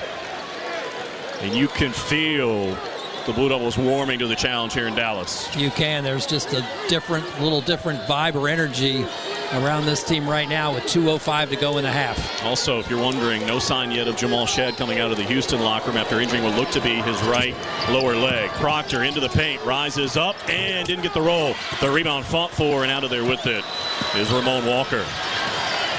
So 21-20, the Blue Devils have the lead as we go under 2 minutes to play in the first half. Sharp on the drive, awkward looking layup, no. Offensive rebound, Francis, he's fouled on the way back up and will shoot 2. And they're going to tag this on Jared McCain, I believe. That'll be his first. And Francis, like Roberts, not a good free throw shooter, just north of 54%, will shoot 2 for Houston. Hard to believe. We've only seen 10 free throws in this game, as physical as it's been. I know. I mean, the Blue Devils have been whistled for 6, and Houston's been whistled for 8. And it seems like there's been a lot more contact than that would indicate. Francis's first attempt, kind of a shot put that's short. So it's still 21-20 with 1:49 to play in the half. 36 for 66 on the year for him at the line. And be ready to pull a rebound. Mitchell and Young, the 2 on the low block. Second attempt. Air ball. Don't have to box out on that one. The Blue Devils will get it back, leading by 1. Blue Devil fans enjoying that, but now it's time for Duke to have its first possession of the day where they have the ball and the lead. As Jeremy Roach will pick it up just shy midcourt. Greeted as he crossed midcourt by Malik Wilson. A crossover, got right by him, left side of the paint. Cross court, there's McCain. Jared on the drive, into the paint. Spins, kicks out. Mitchell, a ball fake from 3. Drives Francis on the right block, back up top for Tyrese. Plenty of time, 10 to shoot. A ball fake, gets the screen from Young. Tyrese can't turn the corner, 7 to shoot. Sizing it up, a crossover, rises up, and left it short. The rebound inside for Francis in Houston. 1:17 to play in the half. The Blue Devils lead at 21-20. And a timeout taken by Kelvin Sampson. We'll break for 30. Physical, intense, low scoring. Duke by 1 as we break for 30. Blue Devil fans, here's your chance to team up with Duke Basketball in a season-long effort to support Duke Children's Hospital. The Duke Children's Charity Stripe Challenge is an initiative that raises money for Duke Children's patient care, research, and education every time the Blue Devils make a free throw this season. And you can join the challenge by pledging an amount for every free throw the Blue Devils make, or simply make a one-time pledge to show your support. Visit DukeCharityStripe.org to learn more and help make a difference in the lives of the kids at Duke Children's. So we've got 1:13 to play here in our first half. The Blue Devils leading Houston 21-20. The Blue Devils 31.8% from the field, 7 of 22. The Cougars 32%, 9 of 28. The Blue Devils have 3 threes. The Cougars have none. And the Blue Devils have won the battle on the board 19-17. Even within this kind of low-scoring, grinded-out game, John, 6 assists on their 7 makes from the field. Yeah, look at that. It took them a while to get something on the board, but when they have gotten it done, it's been a result of what John Shire likes to call that connectivity amongst his team on the offensive end. So it'll be Sharp to be the inbounder along the left sideline. And he gets it in for Cryer at the top of the key. A bounce pass to the right. There's Francis. Now back up top. It comes into the hands of Walker. A bounce pass to the left. Everything happening on the perimeter. Wilson now. 1 minute to play in our first half. Trying to drive Roach to the left baseline. Got to the baseline and stepped out of bounds. A turnover for the Cougars will be their 4th. Good defensive effort, shadowing by Roach to really force the mistake. So a chance to stretch a 1-point lead, 21-20. It'll be Tyrese Proctor across midcourt. Greeted by Sharp to the top of the key. There's Young. Waiting, sends it for Jeremy Roach on the left. Off of the screen sent by Young. Jeremy backs out. Looking to the right. There's Mark Mitchell. And now Jared McCain has it. To the top of the key. Looking for space. Plenty of time. 12 to shoot. Drives. Spins in the paint. Goes up. Got it. Jared McCain has 7. And the Blue Devils lead by 3. 23-20. As Houston waiting to inbound. Trying to get the shot clock under 30. And they were successful in doing so. The shot clock is off. Took the full 5 seconds to get it in. So the Cougars can hold for the final possession of this first half. It's been an 11-point swing. The Blue Devils trailed 8-0, and now they lead by 3. Cryer just holding out near midcourt. 8 seconds to play in the half. Proctor staring him down. 5 seconds now off of a screen. It's Cryer. 2 and 1. Going to have to force something. Put it up. Banked it in at the buzzer. LJ Cryer gets it to go, but it'll be the Blue Devils who will have the lead as we head to the locker room when we get official word that Jamal Shedd is questionable to return in this one. So we'll see what that looks like in the second stanza. But a gritty opening 20 minutes, and the Blue Devils lead it by 1, 23-22. Jared McCain had 30 on Sunday afternoon in Brooklyn. He leads them with 7 at the break. 23-22 our score. Let's send it to the studio in Cobb. Thanks so much, David. Yeah, the 7 points for McCain leads all scores. The Blue Devils are nursing a 1-point lead heading to the locker room. We'll tell you about 2 other teams that have made their way into the Elite 8 in Purdue and NC State. Another monster day from Zach Edey and the top-seeded Boilermakers in the Midwest region. Scores coming up at halftime. Highlights from our first half as well. John Roth will have some of the numbers as Duke leads 23-22 over Houston in this South Regional semifinal. And our halftime show begins after this on the Blue Devil Sports Network from Learfield. It's game day, a day where great food, friends, and family always come together. And bringing people together is what Harris Teeter is all about. We make sure you have the best and most delicious game day foods. Whether you're heading to the arena or making your own tailgate at home, Harris Teeter is where Blue Devil fans shop for groceries. And you can save big on your game day celebration just by joining EVIC. Sign up today and save hundreds of dollars per month. Harris Teeter, let's game day together. I feel happy, Valero Pay Plus app. I feel happy, it makes savings a snap. Use it and start saving automatically. You just save some money, not too shabby. I feel happy, I'm in and out real fast. I feel happy, now pit stops are a blast. Download today and get in on the fun. Valero Pay Plus app, your savings have begun. We've called a 60-second local break timeout. Then more Duke basketball. You're listening to the Blue Devil Sports Network from Learfield. Since our doors first opened in 1988, the Washington Duke Inn and Golf Club has celebrated the contributions of its namesake, paying tribute to a life of community service and philanthropy. This is the cornerstone of our commitment to the Durham community. Duke family artifacts and photographs can be found throughout the hallways of the inn. Visit us as we continue to celebrate tradition over trend, as we have for more than 30 years. For reservations, visit us at WashingtonDukeInn.com. That's WashingtonDukeInn.com. Which schools will take home the prestigious Learfield Directors Cup for the 2023-24 college athletics season. You can follow the standings of your favorite school or alma mater at L Directors Cup on Twitter and online at thedirectorscup.com. That's thedirectorscup.com and L Directors Cup on Twitter. Trophies will be awarded in June 2024 to the winning institutions in all competitive divisions. Learfield Directors Cup, the crowning achievement in college athletics.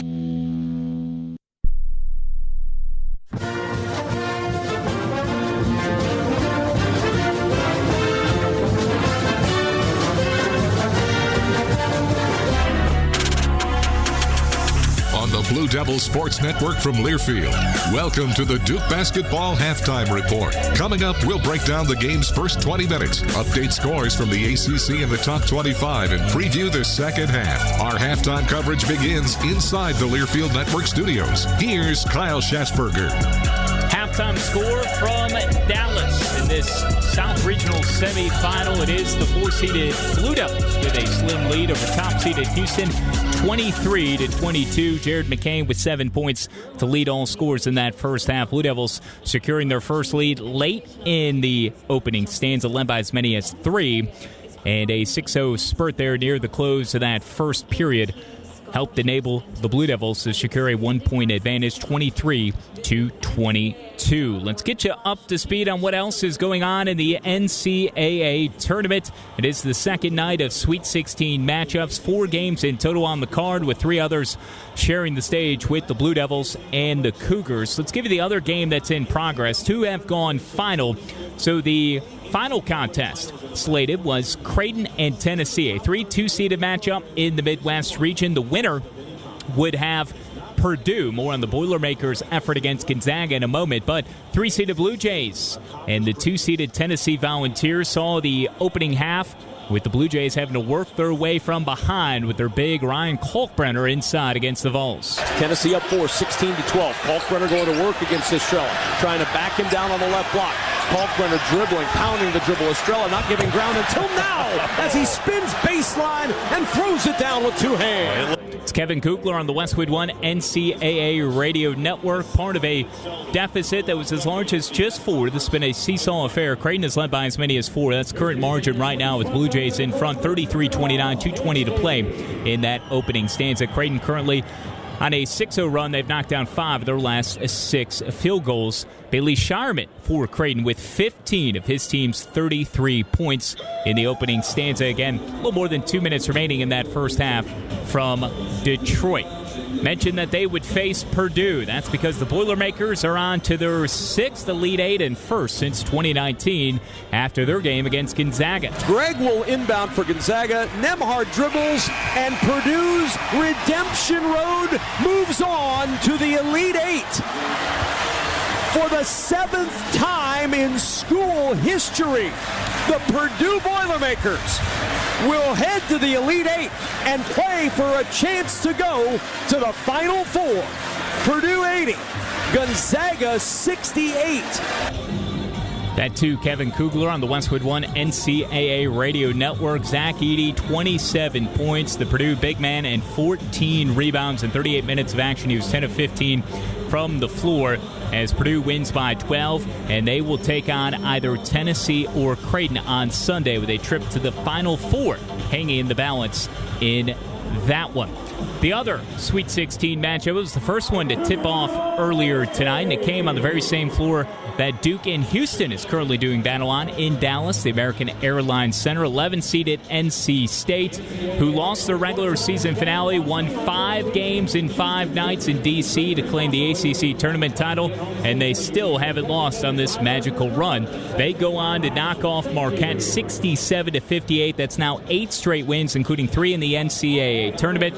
NC State is in the Elite 8 for the first time since 1986, 7th overall in program history following a 67-58 win where Kevin Keats and company held the Golden Eagles to just 4 of 31 shooting from downtown. We thought that if we could defend the three-point line, obviously that would give us our best opportunity to win. We talked about at halftime playing it similar to a scrimmage. We won the first half by 13, and we wanted to talk about playing it 0-0.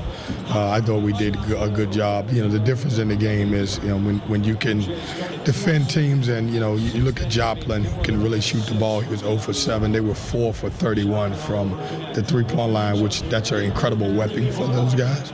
NC State will play either Duke or Houston on Sunday in the Elite Eight. How about the women's hardwood? Duke women's basketball also competing in the Sweet 16. It's their 18th regional semifinal appearance overall. Kara Lawson and the 7-seeded Blue Devils will take on 3-seeded UConn tomorrow at 8 o'clock. I mean, for us, things pretty much, our keys pretty much stay the same. We want to make things difficult. Defensively for people, so want to make people take challenge shots. Don't want to give up open ones. Want to control the boards. We need to take care of the ball. We've been some games good this year, some games not good this year, taking care of the ball, and just play with great pace on both ends. So that doesn't change for us game to game. Obviously, matchups, some teams make it harder in certain areas than others, just based off of personnel. But that's pretty much what we do is we go in and we try and be really good in those areas. Again, it will be an 8 o'clock tip between the Huskies and Blue Devils coming up in the Sweet 16 of the women's basketball tournament tomorrow night. Coverage will begin at 7:45 on the Varsity Network app. Is one place where you can listen with Chris Edwards on the Varsity Network app. Your home as well, the Westwood One national coverage of the men's and women's basketball championship. When you're out of town and want to keep up with live college sports, be sure to download the Varsity Network app, available for both Apple and Android. Listen to College Sports Live with the Varsity Network app. Our halftime score sees Duke leading Houston by a single point, 23-22. When we return, we'll take you through some of the first half highlights. But first, let's pause 10 seconds to allow stations to identify themselves. From Learfield, this is Duke basketball.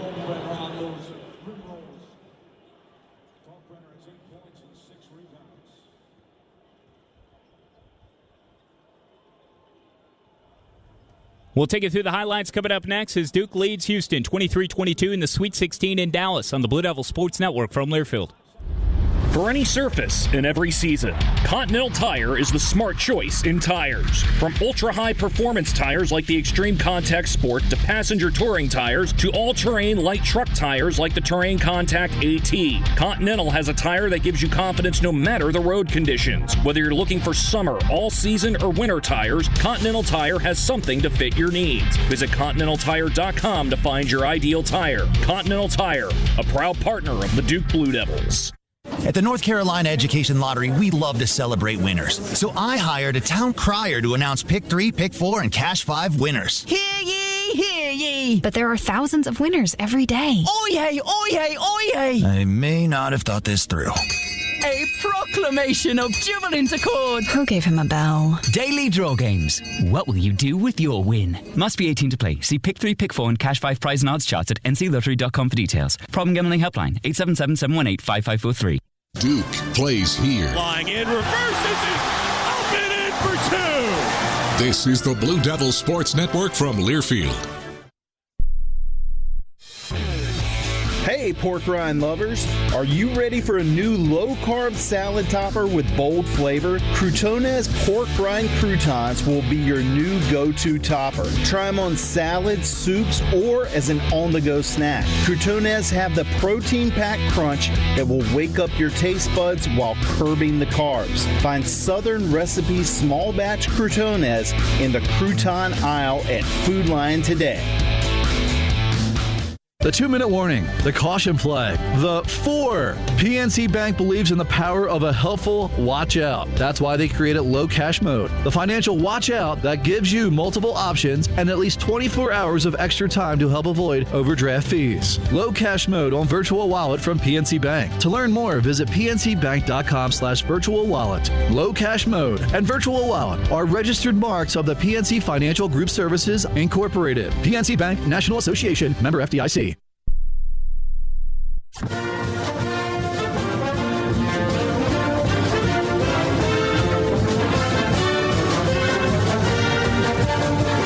This copyrighted broadcast is an exclusive presentation of Learfield under the broadcasting rights granted by Duke University. Reuse of this presentation is prohibited without the expressed written consent of Duke University and Learfield. Announcers are provided by Learfield and approved by Duke University.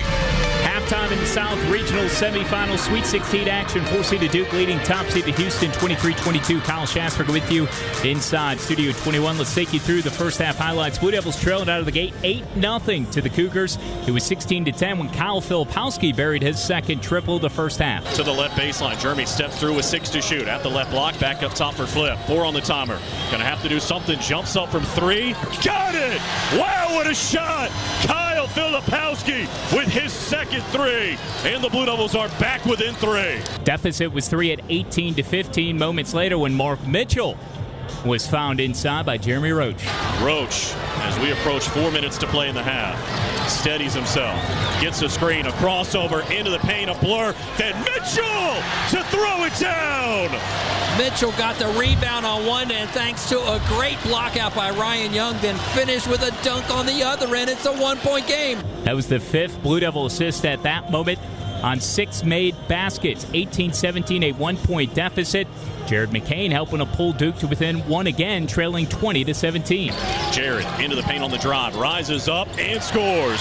Soft touch, he's got 5, and it's a 1-point game again, 20-19, with 3:05 to play in the half. And he would finish with 7 first-half points as the Blue Devils ran out a 6-0 burst to lead by their largest margin in the opening stanza 3. Now Jared McCain has it.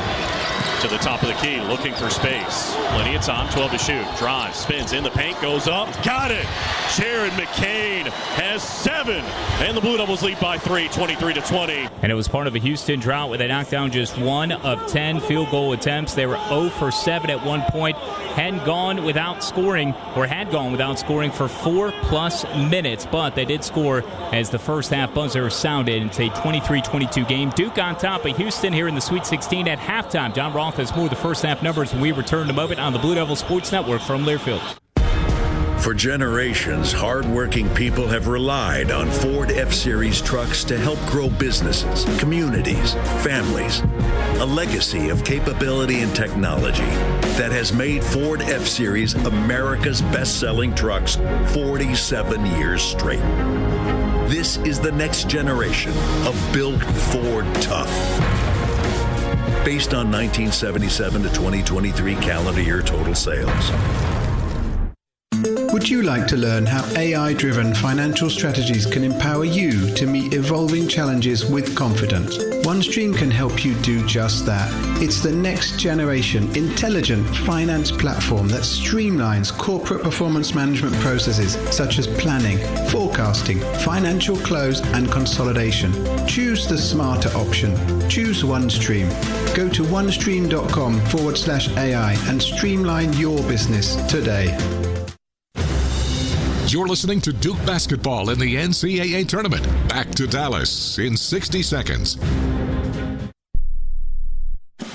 Duke fans know about excellence and achievement and the value of a Duke education. So when someone is injured and needs legal help, it makes sense to call the law offices of James Scott Farron, a statewide law firm managed by a Duke Law graduate. If you're injured in an auto accident or on the job, call on the Hurt Line, 1-800-HURT-LINE. The law offices of James Scott Farron, headquartered near Duke at 555 Mangum Street in Durham, North Carolina. At Reed's Jewelers, we know that the rules of engagement were made to be broken. So don't settle for the first ring you see in the case. When you put a ring on it, make the moment your own with something that's just as unique as your love. Whether you're going big, keeping it subtle, or finding a happy medium, we're here to help you say I do with a one-of-a-kind design. Because doing things your way is what makes them mean everything. Reed's Jewelers, an official partner of Blue Devil Sports. Visit your local Reed's Jewelers in-store or online at reeds.com to chat with an expert.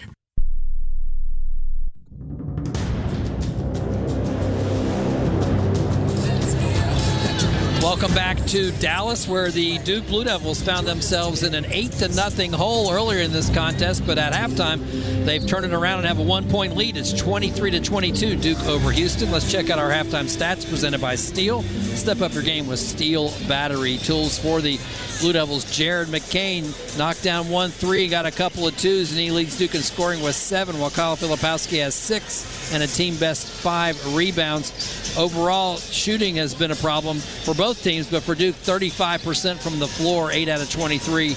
Just 3 out of 9 from three-point range and 4 out of 6 from the free throw stripe. On the other side, Houston led by Roberts and Cryer with 6 points apiece. Roberts also a team leader in rebounding with 5, and they haven't shot it any better than the Blue Devils, 34% from the floor. They haven't made a 3 yet, 0 for 4, and they're just 2 out of 6 from the free throw stripe. Duke has out-rebounded Houston here in the first half, 19-17. They've had a lot more turnovers, 9 to 4, and Houston's turned those into 10 points. And they've also had Houston has also had the advantage on points in the paint at 16-10. The Cougars led for over 16 and a half minutes of that half, but Duke got a lead late and is now holding on to it at the break. So 20 minutes to go to see who advances to the Elite Eight. We've got it coming your way next. This is Duke basketball from Learfield.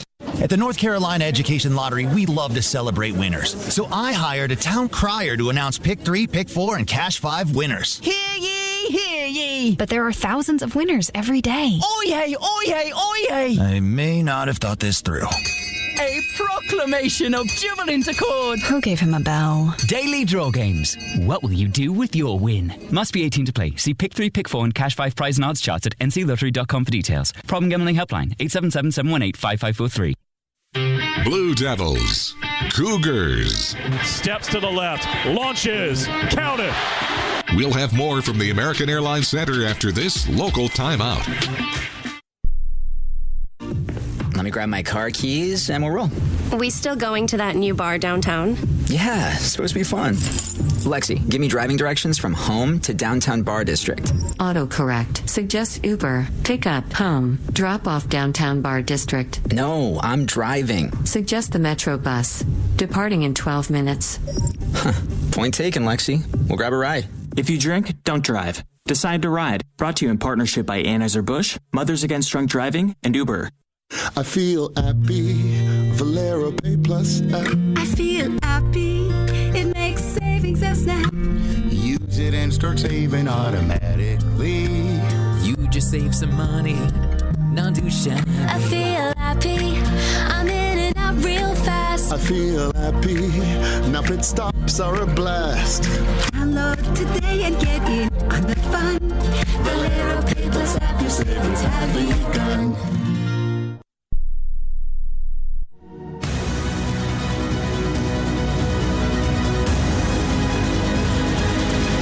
We go to the second half in Dallas. The Blue Devils trying to get to the Elite Eight. They lead Houston 23-22. The big news storyline of this game, the leader, the point guard for Houston, Jamal Shedd, went down with an ankle injury with more than 6 minutes to go in the first half. Went back to the locker room. There was video of him on a scooter without his shoe off, roaming around the back hallways here at the American Airlines Center. He has come out of the locker room here in the second half. Doesn't have anything on that right ankle, but Houston's beat writers are reporting that he had x-rays. They were negative, but it was severely sprained right ankle, and he was standing to the side as the team was warming up.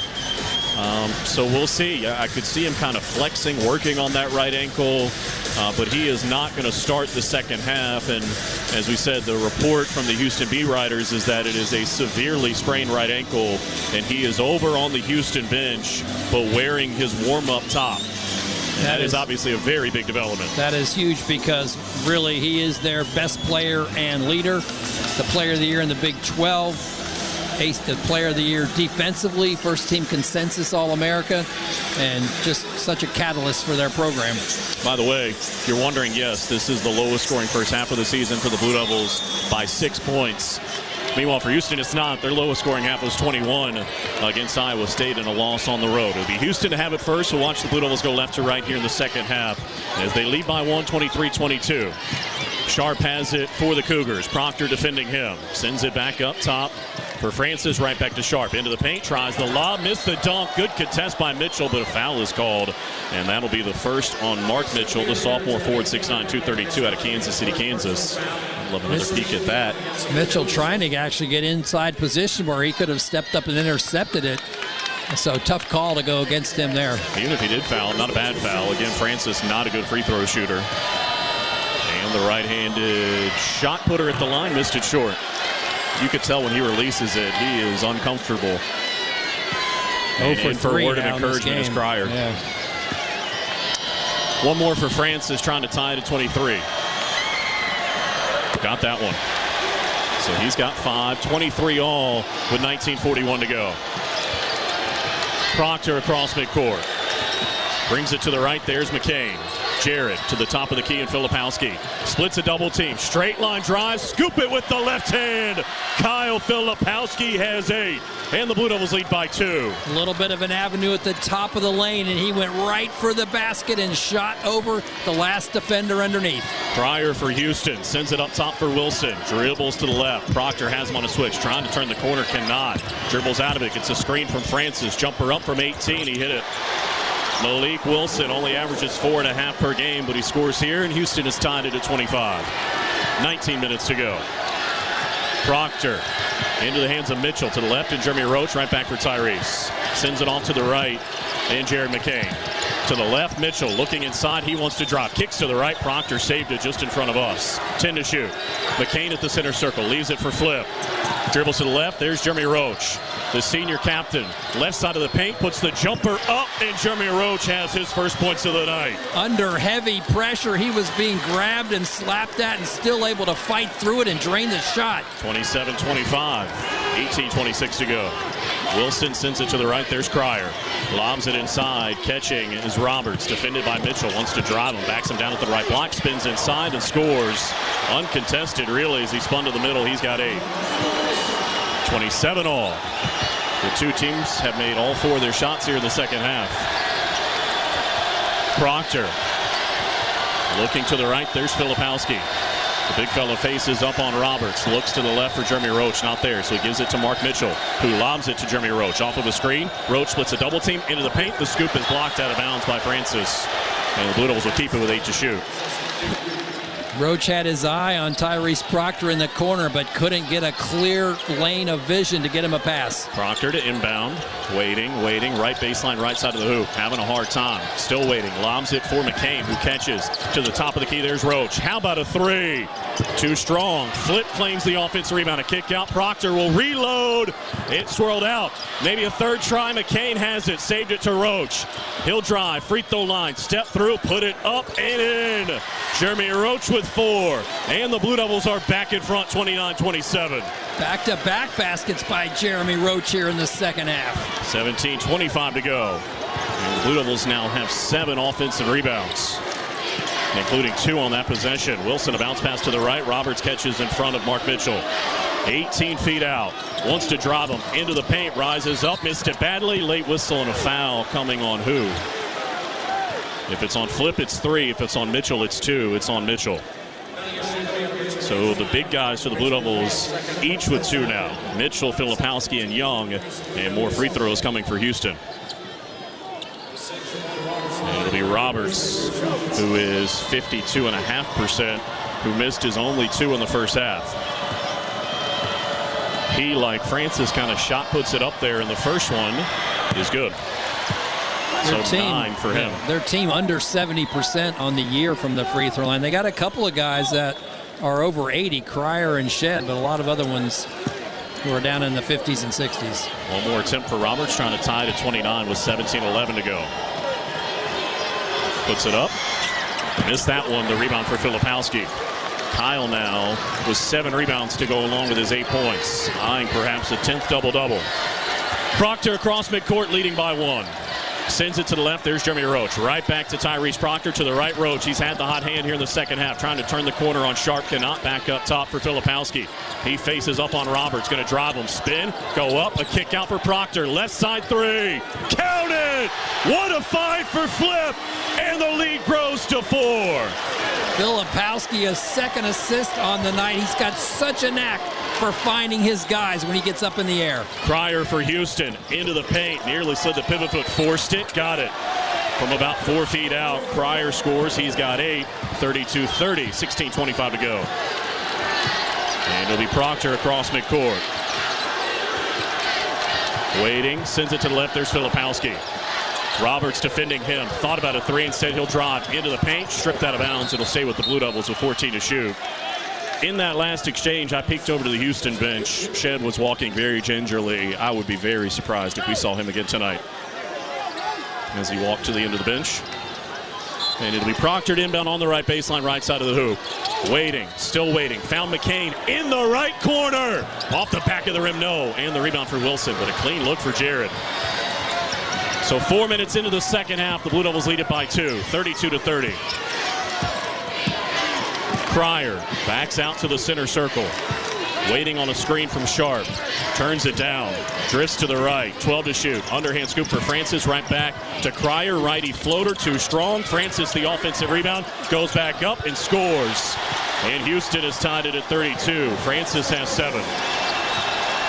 Just a good job working the boards that time by Houston to get a second chance opportunity. McCain lobs it for Mitchell at the top of the key. Mark to the left. There's Proctor off of the screen. Lobs it back to Mark. Slicing in. Went for the punch. Missed it.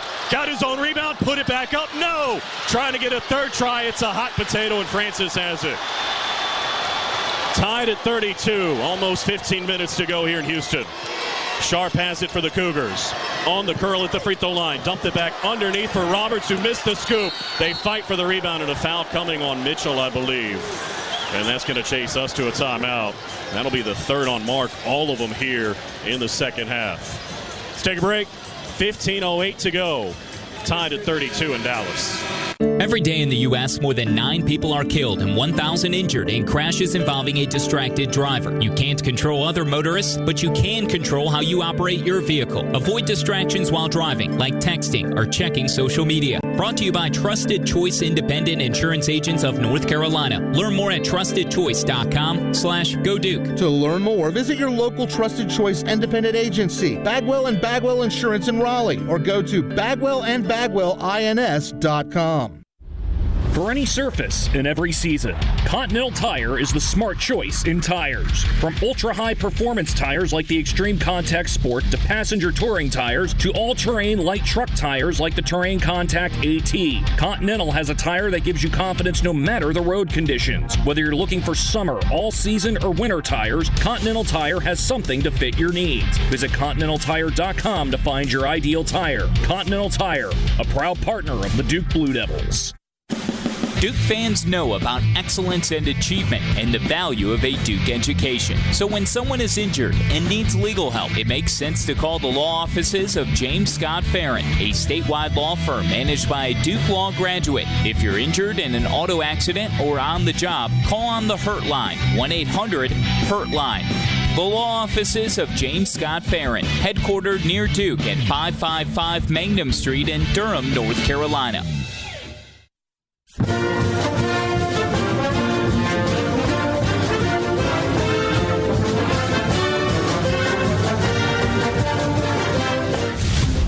Duke basketball in the NCAA tournament against Houston is brought to you by Duke Stores. Shop.duke.edu, where real Duke fans shop. We've got 15:08 to go in Dallas. The winner to the Elite Eight to take on NC State for the right to go to the Final Four. The Wolfpack beat Marquette earlier tonight. David Shoemate alongside John Roth. John Rose, our producer and engineer. Back inside our network studios tonight is Kyle Schatzberger. You look at the scoring for the Blue Devils. Flip has 8, 7 apiece for McCain and Proctor. Roach has 4, and then a couple of different guys with 2, Young and Jalen Blakes and Mark Mitchell. Unfortunately for Mark, he's picked up 3 quick fouls here in the second half, and the Cougars will be going to the line out of the timeout. They've shot 4 more free throws than the Blue Devils, but the two teams have made the same amount. The Blue Devils are 4 out of 6. Houston 4 out of 10. The shooting numbers in a low-score game, as you'd expect, are not exactly spectacular. The Blue Devils 12 of 34, 35%. 4 of 13 from 3, better than 30%. Houston is yet to hit a 3. They're 14 of 34 from the field, and we told you about the free throw line. But the Blue Devils starting to stretch it out a little bit on the boards, 25 to 20. And John, I think that's indicative of how the Blue Devils have kind of responded to the physical challenge of playing Houston. Yeah, and rebounding is going to continue to be a key, but certainly one of the pillars for Duke is defense and rebounding, and the rebounding aspect has been positive here for most of this contest. Now having the 9 offensive boards and getting those second chance opportunities is going to be big down the stretch of this game. And out of the timeout, Mark Mitchell will come out with those 3 fouls and 15:08 to go. Ryan Young will come back in. Flip is out there. The sophomore center, 7-footer, 248 out of Westtown, New York. Jared McCain, Jeremy Roach, and Tyrese Proctor. They say the foul was on the floor, so no free throws for the Cougars. Wilson lobs it to the left, and Cryer. Baseline drive on the left. Got inside underneath the hoop, curled all the way around. Fed it for Sharp, floating in off the right, left it short. They fight for the rebound. Houston has it. Francis, outlet pass, deflected by Roach, touched by Wilson. Blue Devil basketball as it went out of bounds on the right sideline. Heady play by Roach to get a fingertip on it, and the Blue Devils will get it back. Good start to the second half by Roach. First half, he was 0 for 4 with 3 turnovers. He's come out here and made a couple of baskets and also now come up with a good deflection. And a chance to retake the lead, 32 apiece with 14:44 to go. Proctor has it on the right. Looking inside, there's Filipowski. Here's a double team. How about a cutter to Young to throw it down? What a time for his 3rd dunk of the year. Put the Blue Devils up by 2 in the South Regionals. And it sends everybody behind us wearing Duke blue into a frenzy. Sharp has it on the right. To the baseline, Roberts. Young in a defensive stance. Finds a cutter, and Francis spins into a double team. Dangerous pass. Stolen by Proctor. Here comes Tyrese left to right. A hit ahead for Roach. Looking inside. Young comes to set a screen. Instead, back up top for Tyrese Proctor. 34-32. Very intense here in Dallas with 14 minutes to go. Roach to the right. Here's Proctor. Looking inside for Flip. It's not there. Back up top for McCain. 10 to shoot. To the left, Roach. The captain into the paint. Rises up and hits from 6 feet out. He's got 6 all since intermission. And the lead is 4, 36-32. As big as it's been all night. Cryer defended by McCain into the paint, tried the pass, stolen by Young. He's been everywhere. And here comes Proctor across midcourt. Tyrese gets the play call from head coach John Shire. The Blue Devils warm into the challenge in the Sweet 16. McCain has it. Now Proctor thought about a 3, dribbles to the left, probing, back up top, Flip. A ball fake and a drive into the paint, scoop it to Young, out of bounds. Last touch by the Blue Devils. For a like second, the idea, though. Yeah, for a second, Ryan Young was open underneath the basket, and by the time the ball got there, Houston realized what was happening, and it went off of Young. But good work by Ryan over the last couple of moments with a dunk and a block and some great work on the defensive end. Blue Devils have held Houston scoreless for 2.5 minutes now. They've built the lead to 4, 36-32. With 13 minutes to go in Dallas. Cryer left side of the paint, jumper up, rattled around and went. LJ Cryer into double figures. He's the first for Houston. And they crawl back within 2. 36-34. Proctor across midcourt. Sends it for Flip at the top of the key. Spinning to McCain now.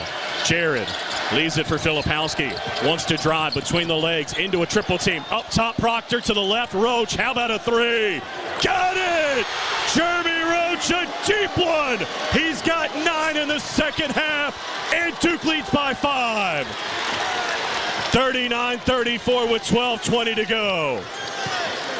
Wilson to the left, Cryer faces up on McCain. He slipped. Cryer to the left, hits the 3. The answer for Houston.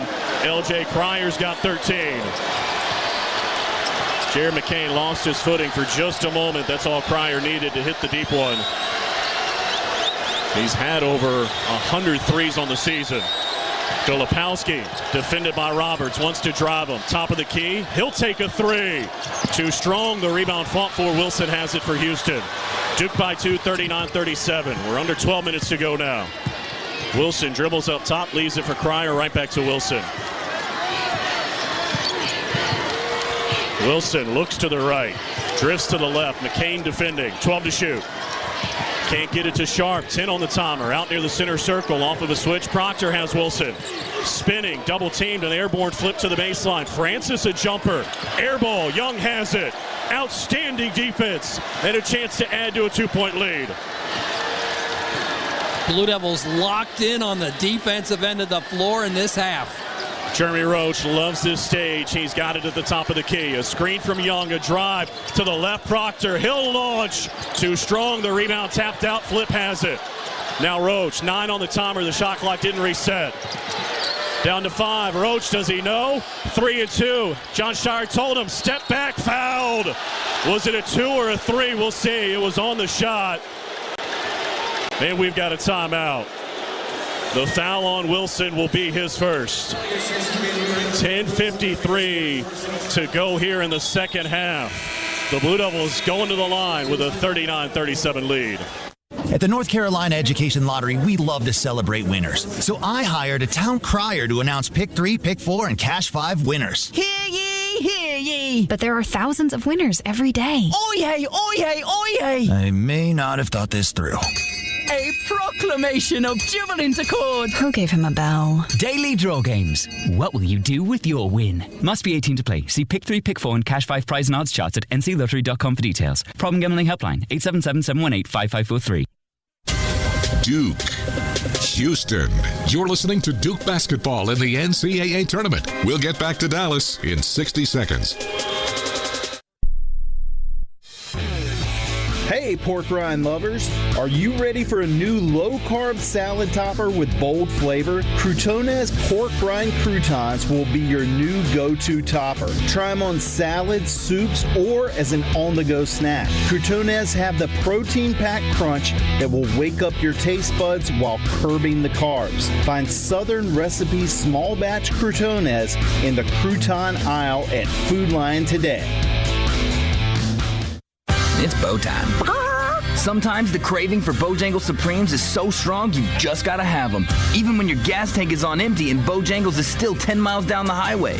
Nothing beats the flavor of Bojangles Juicy Golden Supremes, especially when they're part of a perfect combo with 4 boldly seasoned chicken Supremes, a made-from-scratch biscuit, fixin', and some legendary iced tea. The only thing that can satisfy your hunger is that delicious Southern flavor. So when the craving is supreme, put the pedal to the metal. It's bow time.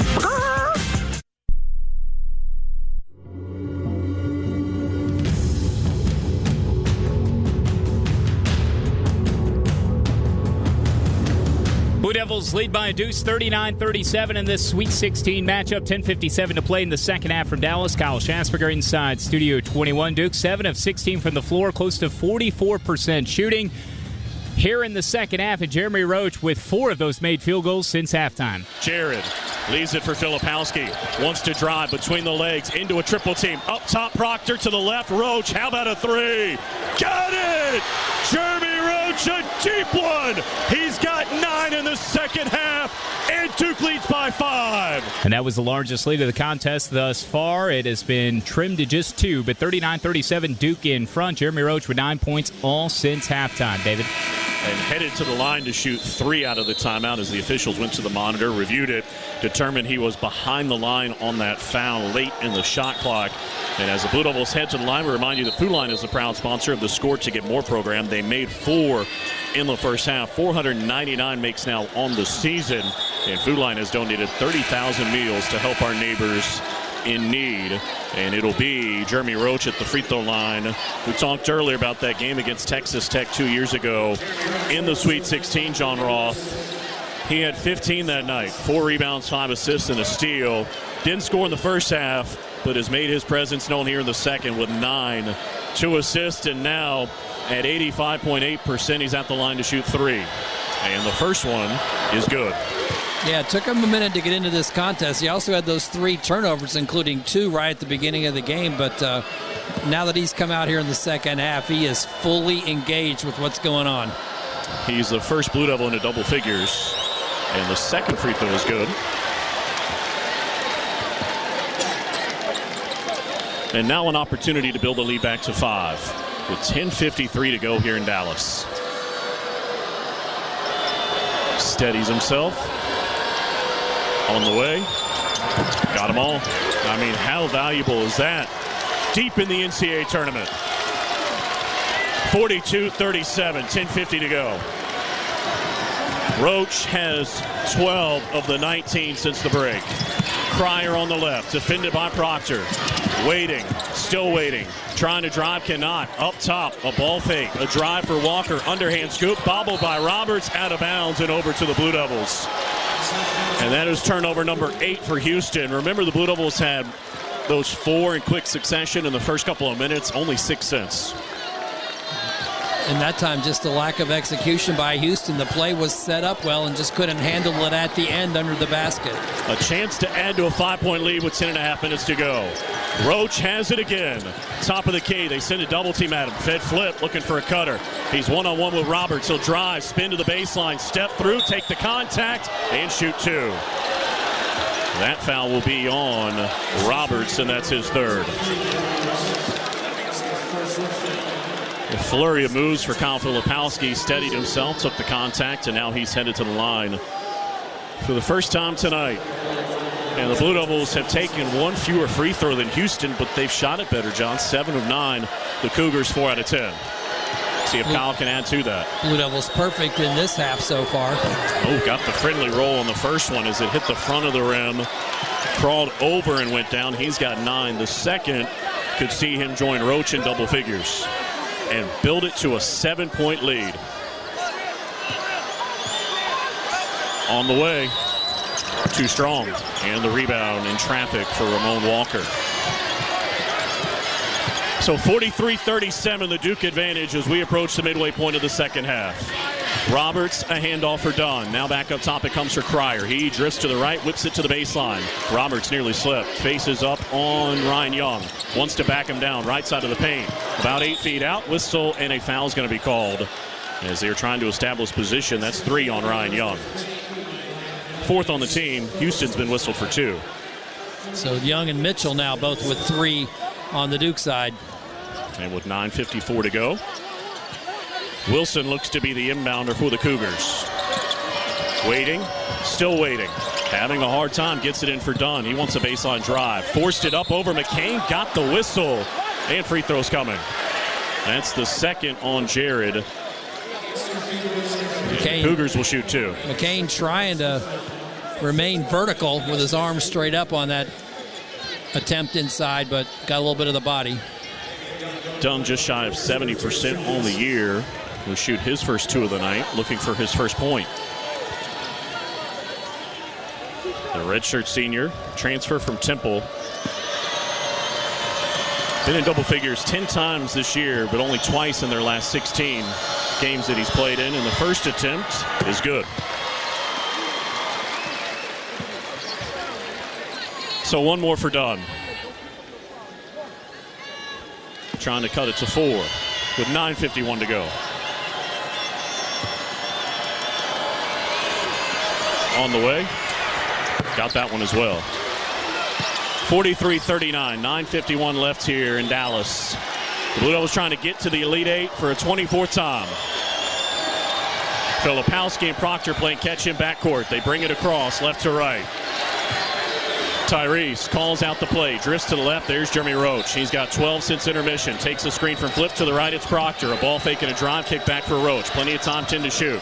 Proctor inside for Flip. Going to work in the paint. Off the window and in. This time off the right side. Kyle Filipowski has 11. And the lead back to 6, 45-39 with 9:21 to go. Wilson with it for Houston. Sends it up top. Roberts looking to the right, not there. Dribbles to the left, a handoff for Wilson. 14 to shoot. Probing.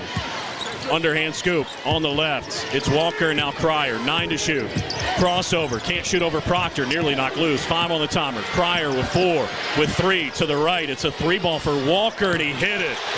Walker hits his 7th 3 of the season on just his 21st attempt, and he brings Houston back within 3. Jeremy Roach was there defensively. He had a hand up. He just shot over him and made it. Good shot by him. The first 3 of the night for Houston, 1 out of 5, and it's 45-42 with 8:37 to go.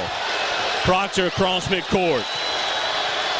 Looking to the left for Filipowski. Underhand scoop gives it to him. Some 35 feet out. Now Young at the top of the key. Sends it to the left. There's Roach. Inside flip. One-on-one with Roberts. At the left block. Backs him down. Spins. Goes up. Missed it in the rebound for Houston. Great look, though. And here come the Cougars as we approach 8 minutes to play, and the Blue Devils leading by 3. Cryer at the top of the key. At the free throw line. Goes inside on Young. Backs out. Can't shoot. Up top, Walker. Thought about another one. Instead, handed it to Wilson.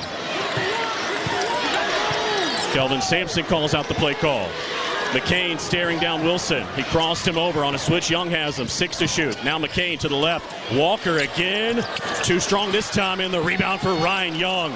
Strong to hold on and gets it to Jeremy Roach. We're under 8 minutes to go in Dallas. The Blue Devils lead it by 3, 45-42. Jeremy Roach holds out near the center circle. McCain comes to set a screen. Now he chases away.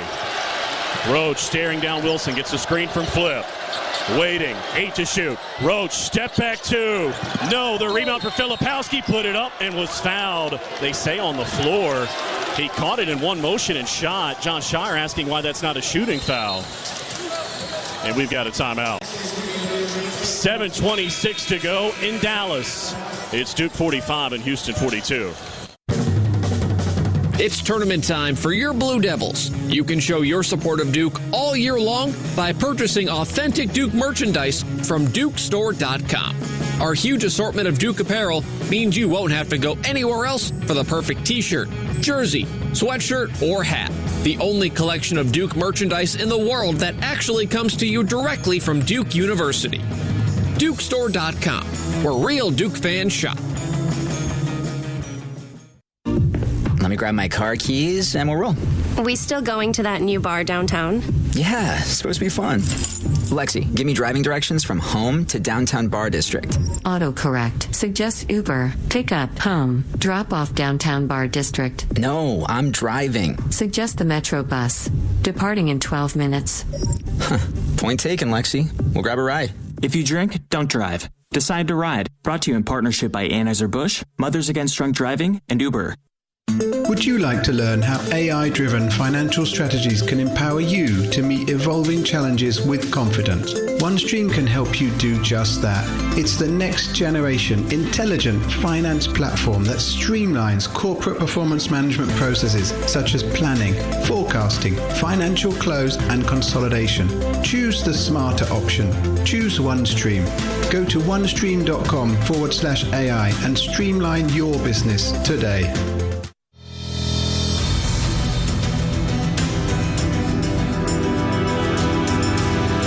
We are headed down the stretch in Dallas. 7:26 to go in the second half. Duke holding on to a 3-point lead over Houston, 45-42. Let's check out a couple of our in-game stats presented by Steel. Step up your game with Steel battery tools for the Blue Devils. After going scoreless in the first half on 0 for 4 shooting, Jeremy Roach has become the Blue Devils' leading scorer in this game. He's got 12 second-half points, 4 field goals, 3 free throws, and a couple of assists to lead the Blue Devils with those 12. Kyle Filipowski with 11 points and 9 rebounds, so just 1 board short of another double-double for him. And then 7 points for Tyrese Proctor. Really one of the big stories off the bench has been Ryan Young. 4 points, 4 rebounds, and a steal to help the Blue Devils here in this second half. Overall, Duke has shot 8 out of 19, 42% from the floor in the half. On the other side, for Houston, leading scorer is Cryer. He's got 13, the only guy in double figures for them, but Roberts right behind at 9. And Francis with 7 points and 7 rebounds. They've shot 58% in this half, 7 out of 12. Blue Devils still leading and rebounding 29-25, and have done a nice job of getting more points in the paint here as the game has gone along. They've only been outgained inside by 2 points versus Houston thus far, 22-20. So, David, the Blue Devils with those 11 second chance points off the offensive boards had a big boost here from that here in the second half, and they've got the 3-point lead here as they put the ball in play. And it'll be Proctor, Roach, McCain, Filipowski, and Young, the 5 on the floor. They say the foul was on the floor before the timeout on Wilson, so Proctor will inbound looking for cutter inside man. Young is being tugged by Dunn, and we finally get they call that 5 seconds. They call it a turnover. And over to Houston. Wow. Proctor said he was trying to call timeout. We had a clear vantage point of Dunn basically taking Young out of bounds. Well, he grabbed him by the back of his jersey right under that number 15 and gave a yank. 11th turnover, and Houston gets it back with the Blue Devils up 45-42 as we approach 7 minutes to play. On the right, it's Sharp, defended by Roach. Sharp lobs it up top for Roberts. A crossover on Young. Spins on him. Tough two. Got it. Scooped it with the left hand. Jawan Roberts into double figures. And Houston is back within one. It's 45-44 with 7 minutes to go in Dallas. Filipowski looks to the left. There's Jeremy Roach. Off of a screen. The senior captain sends it to the right of McCain. All three captains on the floor right now with Young and Proctor out there. Meanwhile, Roach, a baseline drive on the left. Steps back on Sharp, can't shoot. Fed it to Flip. He thought about it. 9 on the timer. Still thinking about it. Jumps up and hits! A 3 for Flip! He's got 14, and the lead is 4. And then he pointed and smiled at Shire, who was standing just off the court, telling him to shoot it. 48-44. 6:22 to go. Sharp has it for Houston. A bounce pass up top. Roberts on the drive, in on Young, forced it, missed it. The rebound, whistle, and a foul. Are they going to say that was on the initial shot? It was a very late whistle. Yep, that's on Young, and that's his 4th. And more free throws for Houston. And as they head to the line, we remind you the Blue Devil basketball is brought to you in part by Coca-Cola. Is Coke Zero Sugar the best Coke ever? Speaking of best ever, perhaps it's similar to makes you the best fan ever. Coke Zero Sugar leaves everything out there on game day. 0 sugar, 0 calories, and always bringing that irresistible taste that keeps you coming back for more. Is it the best Coke ever? Take a taste. Roberts to shoot 2. Tonight at the line, he's 1 out of 4. Make it 1 out of 5 as he misses the first. And Mark Mitchell returns as Young will head out with 4 fouls with 6:14 to go.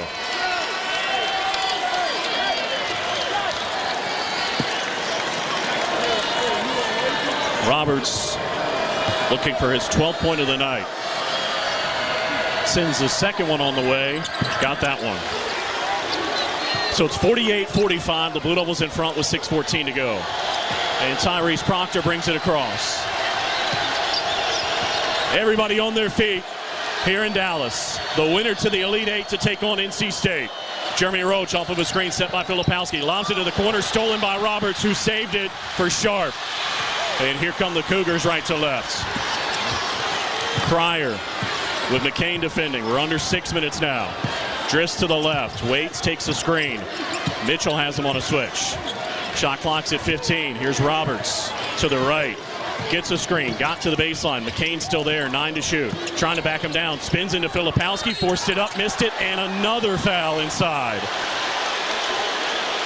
And that's 3 on Filipowski, and more free throws coming for Houston. 7th team foul on the Blue Devils. Houston's been whistled for 3. This will be free throws 15 and 16 for the Cougars in this contest. Not often Houston has shot more free throws than the opposition this year, but that's the case tonight. The Blue Devils have only taken 11. And Roberts will shoot 2 more, trailing by 3. The first one is on the way, and he hit it. So he's got 13 tonight. As a reminder, you, Blue Devil basketball is brought to you in part by Sharp Business Systems. They set the same standard of excellence in office equipment as the Blue Devils do in basketball. Count on Sharp for state-of-the-art office equipment. Sharp, changing the way companies do business. Second attempt. Missed that one in the rebound for Mark Mitchell. So a 2-point lead, 48-46 with 5.5 minutes to go, and John Shire's going to call for time. It'll extend to a full. We'll take it as well. 5:30 to play in Dallas. Duke 48 and Houston 46.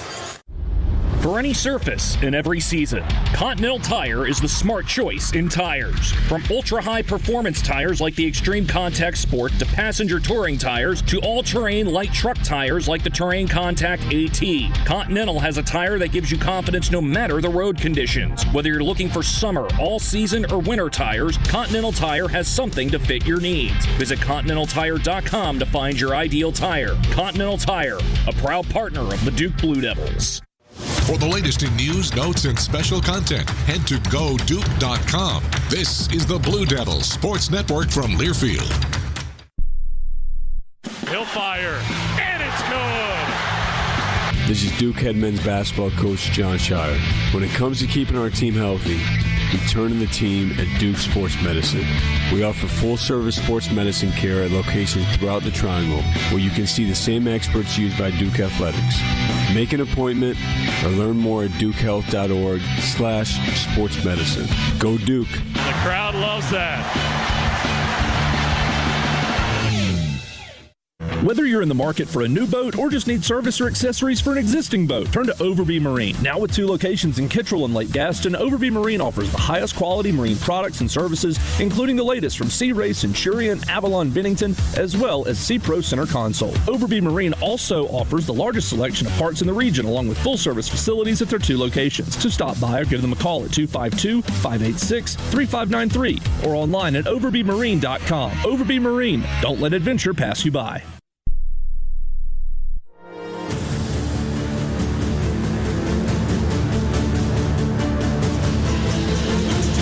Back here in Dallas, 5:30 to go in this one. The Blue Devils with a 48-46 lead on Houston, and they will be in possession out of the timeout that was called by the Blue Devil head coach John Shire. Don't forget to check out Duke All Access with head coach John Shire Sundays at noon on ABC 11. Don't forget the ABC 11 mobile app is your ticket to Duke basketball highlights and the latest from the First Alert forecast. Just tap the app and make it your own from ABC 11. Eyewitness News, the final episode of the season coming up on Sunday. Obviously, we're hoping it leads into an Elite Eight here in Dallas. As the Blue Devils are trying to get through to take on NC State. If they can, it'll be the first time the two will have met in the NCAA tournament. All time, it'd be meeting number 256. They got through by beating Marquette. The Blue Devils have been in a war tonight with Houston as expected, but boy, have they been resilient, John. They certainly have. It's been just a really excellent second half of NCAA tournament Sweet 16 basketball. These two teams have been going at it, and it's tough for Houston. They've been going at it without their best player on the court for this second half. As we told you earlier, Jamal Shedd sprained his ankle at the end of the first half and has not been able to return. He's their leader, and they've still been able to fight through the second half without him and keep this at a one-possession game here with 5:30 to go. Out of the timeout, Ryan Young is back out there with 4 fouls. Filipowski has 3. Roach is still there, senior guard, 6'2", 180 out of Leesburg, Virginia, as is the freshman guard, Jared McCain, 6'3", 197 out of Sacramento. And Tyrese Proctor, who's in possession at the top of the key. To the left, there's Flip. Dribbles to the right, wants to drive, cut off by Francis. Repositions, goes to the left, backs him down, forced it up, got it to go! And he's fouled! Well, this is the time of the game and the time of the season when you got to go to your All-American best player, Kyle Filipowski, making it happen for the Blue Devils in the lane. Now has a chance for the three-point play. The foul on Francis is his first. And he'll be Filipowski at the line trying to make it a 5-point game. By the way, one off his 10th double-double. He's got 9 rebounds as well. That leads the team. As Mark Mitchell is set to check in. And Ryan Young will head out with 5:17 to go.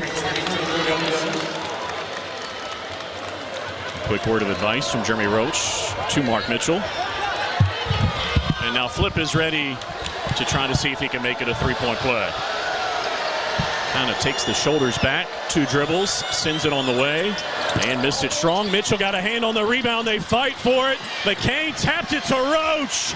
And a second opportunity. How about the hustle on the offensive glass? They've got 12 offensive rebounds now. And a chance to add to a 4-point lead as we approach 5 minutes to play. Jeremy Roach on the drive, behind the back, into the paint, rises up, got it blocked, got it back, step through, and missed it. Rebound Mitchell, knocked out of his hands. It came to Roberts. And Houston will bring it up, 50-46 with 4 minutes and 45 seconds to go in Dallas. Sharp, defended by Roach. Drifts to the left, gives it to Cryer. Proctor defending him. Off of a screen, sends it to the right and Sharp. 7 to shoot, to the baseline. Into the hands of Francis. He dribbles out of it, 3 to shoot. It's Cryer, baseline drive, 2-1, put it up, got it. Right at the end of the shot clock, he's got 15. And Houston is back within 2, 50-48, with 4:15 to go. And again, everybody on their feet here in Dallas. Proctor Waiting for a screen from Filipowski. Takes it to the right. Backs out. Now he drives. Spins on Cryer. Back up top for Flip. Right back to Tyrese. 9 to shoot. On the left, Roach has it. Off of a screen. Jeremy backs out to the left. Proctor. 4 to shoot. Tyrese on the drive. Rises up. Got it! Big time bucket for Tyrese. He's got 9 and the lead back to 4. The Houston defense was really geared up to stop Flip and Roach on that possession, and Tyrese Proctor found an opening. 52-48, 3:35 to go. Cryer, a bounce pass for Francis. Trying to get it back to him. He does at the top of the key. A crossover, a drive. Filipowski defending. Proctor reached in, took it away. Tyrese, a theft, and a chance to add to a 4-point lead with 3:18 to go. The sophomore out of Australia, holding out near midcourt.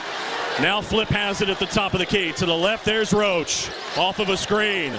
Jeremy with 12 points in the second half. A crossover. Backs out with 6 and 5 to the left baseline. Inside to Mitchell. Goes up. Did he walk? Yes, they say he traveled and turned it over. Just a little too anxious to get to the rim at the end of the shot clock and took an extra step. The slightest of shuffles. And we've got a timeout. 2:56 to go in Dallas. It's Duke 52 and Houston 48. Duke fans know about excellence and achievement and the value of a Duke education. So when someone is injured and needs legal help, it makes sense to call the law offices of James Scott Farron, a statewide law firm managed by a Duke Law graduate. If you're injured in an auto accident or on the job, call on the Hurt Line, 1-800-HURT-LINE. The law offices of James Scott Farron, headquartered near Duke at 555 Mangum Street in Durham, North Carolina. For generations, hardworking people have relied on Ford F-Series trucks to help grow businesses, communities, families. A legacy of capability and technology that has made Ford F-Series America's best-selling trucks 47 years straight. This is the next generation of Built Ford Tough. Based on 1977 to 2023 calendar year total sales. At Reed's Jewelers, we know that the rules of engagement were made to be broken. So don't settle for the first ring you see in the case. When you put a ring on it, make the moment your own with something that's just as unique as your love. Whether you're going big, keeping it subtle, or finding a happy medium, we're here to help you say I do with a one-of-a-kind design. Because doing things your way is what makes them mean everything. Reed's Jewelers, an official partner of Blue Devil Sports. Visit your local Reed's Jewelers in-store or online at reeds.com to chat with an expert.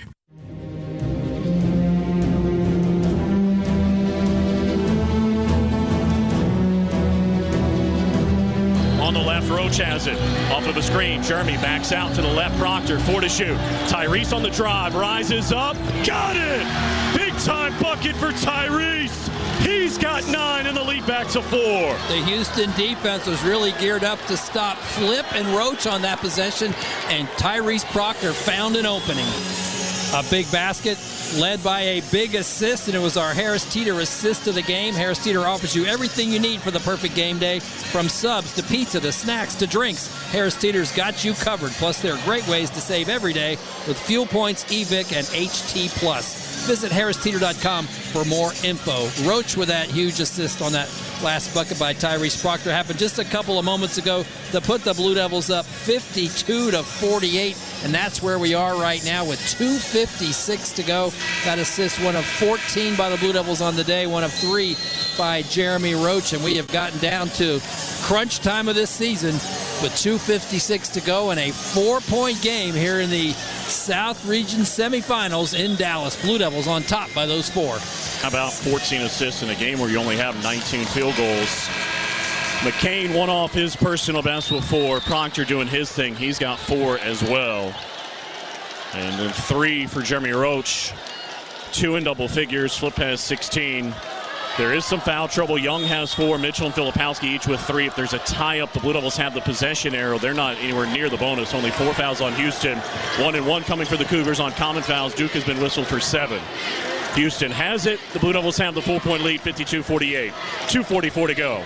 Cryer on the right, defended by Proctor. Between the legs on the dribble. Trying to find some space. 10 to shoot. A crossover knocked loose by Proctor. A dive to the deck. He saved it to McCain. Back-to-back steals by Tyrese Proctor. You think he wants this one? 2.5 minutes to go. Roach holds at the center circle. Jeremy, as we approach 2 minutes to play, sends it for Proctor on the right. A bounce pass to the baseline, Filipowski. Here comes a double team, dribbles out of it, kicks to the left. McCain looking for space, not there, 4 to shoot. It's flip on the drive, lost it on the way in, trying to save it, he did, but it's going to be a shot clock violation with 2:03 to go. Blue Devils trying to get something going to flip to the basket at the end of the clock, but just couldn't cleanly make the last dribble necessary to finish the drive. But as you know well, John, this time of year, it's about defense. And the Blue Devils have locked in on that end of the floor, holding the Cougars scoreless for more than 2 minutes now as we go under 2 minutes to play. Duke leading 52-48. Dunn on the right. Probing, fed it to Roberts, in on Young, spins, kicks out. It's Dunn driving, left side of the paint, forced it up over McCain, couldn't hit. An offensive rebound for Francis, he missed it. The rebound tapped and claimed by Roach. We're approaching 90 seconds to play, and the Blue Devils lead at 52-48. Huge stop for the Blue Devils on the defensive end, coming up with the defensive board when it matters the most. Proctor for Filipowski. To the left, there's Roach. 1:20 to go. Jeremy backs out. Has Roberts on him into the paint. Rises up. Big time! Jeremy Roach hits! Houston wants a timeout! 1:13 to go. 54-48 as we break for 30. PNC Bank is committed to making a difference in the communities they call home. That includes celebrating student difference makers through their PNC Achievers program, recognizing the best examples of local student leadership, community service, and academic achievement. They're proud to be part of the Duke Blue Devils community. PNC Bank. See how they can make a difference for you at PNC.com. The PNC Financial Services Group, Incorporated. All rights reserved. The captain, Jeremy Roach, continues to dazzle in the second half. 14 points, and he's helped the Blue Devils to a 6-point lead with $1:13 to go in this South Regional semifinal contest against Houston in Dallas. Proctor for Filipowski. To the left, there's Roach. 1:20 to go. Jeremy backs out. Has Roberts on him into the paint. Rises up. Big time! Jeremy Roach hits! Houston wants a timeout! 1:13 to go! And with that bucket, he's got 14 now. He needed 13 to tie Chris Carroll on the all-time scoring list coming in. He was actually tied with Vince Taylor as well, Chris Carroll, on the 32nd on the all-time scoring list. He surpassed the two of those guys. The senior captain doing what he does in the NCAA tournament. That was just so reminiscent of that floater he hit against Texas Tech that proved to be the dagger in San Francisco. We'll see if it's the dagger tonight. Still 73 seconds to go. A quick reset with the Blue Devils leading 54-48.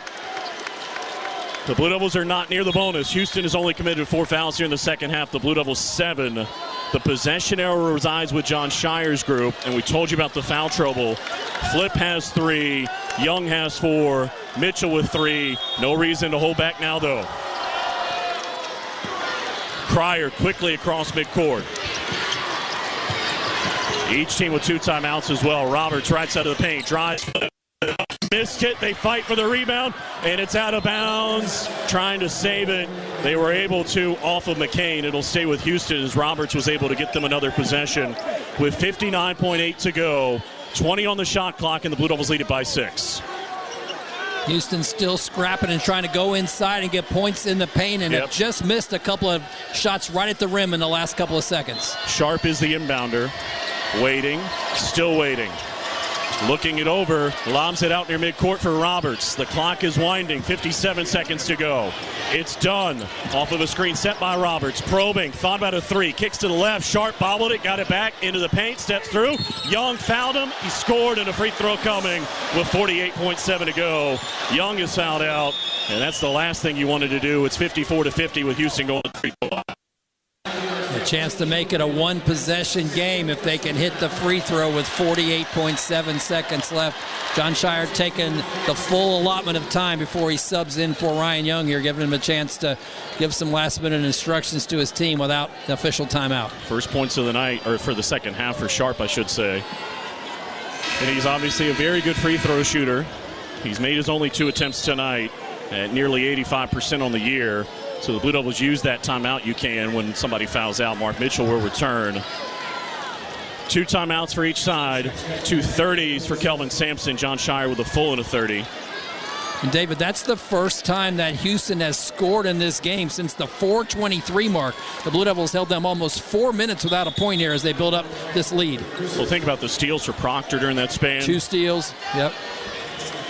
But you got to get it across the finish line. The lead is 4 right now, 54-50, and Sharp trying to complete the three-point play. His free throw is on the way, and good.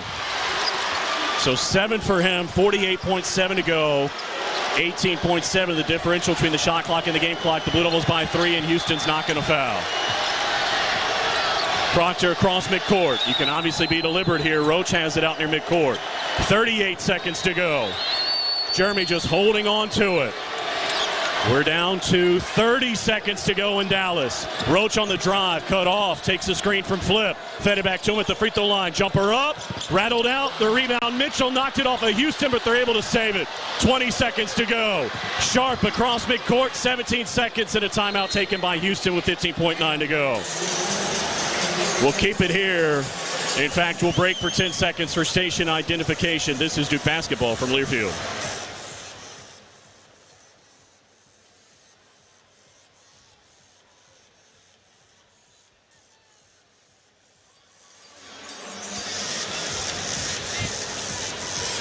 So with 15.9 to go, Houston will be in possession. The Blue Devils with the 54-51 lead. It's a little bit too much time, at least from my perspective, to start the fouling thing to prevent the three-point shot. What do you think, John? Yeah, I tend to agree with that, but yeah, the Blue Devils might want to think about it. Just because you get 15.9. Houston's not really a three-point shooting team either. So, they've only made 2 in this game. They've only attempted 7. So it's, Houston may be thinking about that, but right now Houston still has enough time to go at the basket, get a 2, and then try to get the ball back. I'll also say if Roberts or Francis get a touch, you might want to foul them. They're not good at the line. Cryer and Sharp are the 2 3-point shooters. And it'll be Cryer, the inbounder. So often it's the inbounder who gets it back. You got to keep an eye on him. Proctor will contest it. The starters out there, McCain, Roach, Filipowski, and Mitchell as well. The officials are at the scorers table. I wonder if they're going to add a 10th or 2 back. We got 15.9 to go right now. They put 4 10s back on, so 16.3 to go.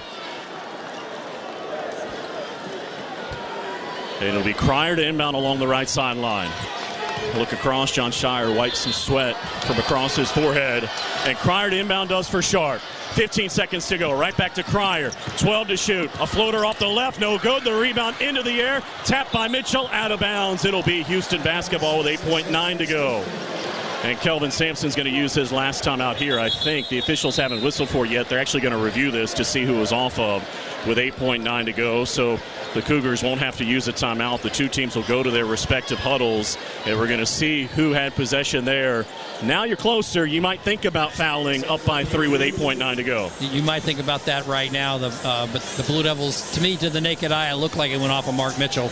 But we'll see what happens on a replay. As we get a second look, it's so close. Oh, there were bodies everywhere. Cryer was in the area. There's a chance that touched him last on the way out. This is going to be a lengthy review, I think, because it was really close. Roach, Mitchell, and Cryer all had their hands in there as that ball was coming off. So they may have to put this under an enlarger or something to see exactly who touched this last. But critical moment, obviously, with 8.9 left on the scoreboard clock, and Duke up by 3. Gives us a chance to tell you this game between Duke and Houston is presented by Duke Stores. Visit shop.duke.edu, where real Duke fans shop. So Kelvin Sampson didn't use his timeout, so he's still got one. John Shire's got a full and a 30. Remember, the Blue Devils have the possession arrow. If they do choose to foul Houston, it'll be a 1-and-1. If the Blue Devils are in possession, Houston has to foul a couple of times before the Blue Devils get to the bonus. Yeah, they've only been whistled for 4 fouls in this second half so far. They continue to look. Is it off the left hand of Cryer or perhaps the right hand of Mitchell? Remember, the call on the floor was Houston basketball. Tony Chiazza, Jeffrey Anderson over at the monitor. Don Daly, our third official, is holding the basketball at center court. And I know everyone bemoans how long these replay reviews take. Take as long as you need here. This is such a critical one of them, call. yeah. This has to be made correctly. They might be looking at time as well as they continue to look over at the replay monitor. 54-51, Duke over Houston with right now 8.9 seconds left on the clock. And they've confirmed the call on the floor, so Houston will have it. The Blue Devils up by 3. And they'll inbound underneath their own basket. They say the clock is correct, 8.9 seconds to go. And it'll be Wilson to inbound at this time. Here's the season for one team or the other. Cryer's on the block at the left, Sharp at the left elbow. Wilson to inbound. Waiting, still waiting. They're trying to get it to Sharp or Cryer. They lob it out to Sharp near midcourt. 7 seconds. 6 and 5 on the drive. A step back 3 is short. The rebound for McCain. It's loose in the paint, and it's out of bounds and over to the Blue Devils with 0.8 of a second to go. And they're up by 3, and the Blue Devils can taste it in Dallas. And remember, Houston still have to give a couple fouls for the Blue Devils to get to the bonus. The only thing you can't do here is give it away. You got timeouts if you need it. An inbound to Flip. He throws it into backcourt. It's over! And it's on to the Elite Eight for John Shire and the Blue Devils. 54-51. They got it done with defense and timely shots down the stretch. Jeremy Roach had 14, Flip had 16, and they march on here in Dallas. They certainly did. The Blue Devils coming up clutch at the end of this contest. They left it all out there, no doubt, but some of those defensive plays in the last 4 minutes where they held Houston to just one basket in the last 4 minutes of this contest, coming up with steals and big defensive rebounds. Big-time stops by the Blue Devils down the stretch of this game to send them on to Sunday. Even the contest on the 3 to tie. So easy to get overly aggressive there and foul, and the Blue Devils did not. That was Tyrese Proctor out there, and what a second half he had defensively. He knew just how to play that three-point shooter at the end. And we are going to visit with Tyrese Proctor after the Blue Devils win it by 3, 54-51. Jeremy Roach and John Shire, a hug near midcourt. Why not? He knows how to get to the Elite Eight. He had 15 2 years ago against Texas Tech. Tonight he had 14, all of them here in the second half. As Tyrese Proctor is making his way over here. He's getting a hug from the head coach. He's going to walk over to all these Duke fans behind us as the Blue Devils are on the way to the Elite Eight. And Tyrese has earned this, taking a quick, deep breath. Tyrese, you guys did it with your defense, 54-51. Tell me about it, what it feels like to get to the Elite Eight. Yeah, it feels great. I mean, this is why we came back to school.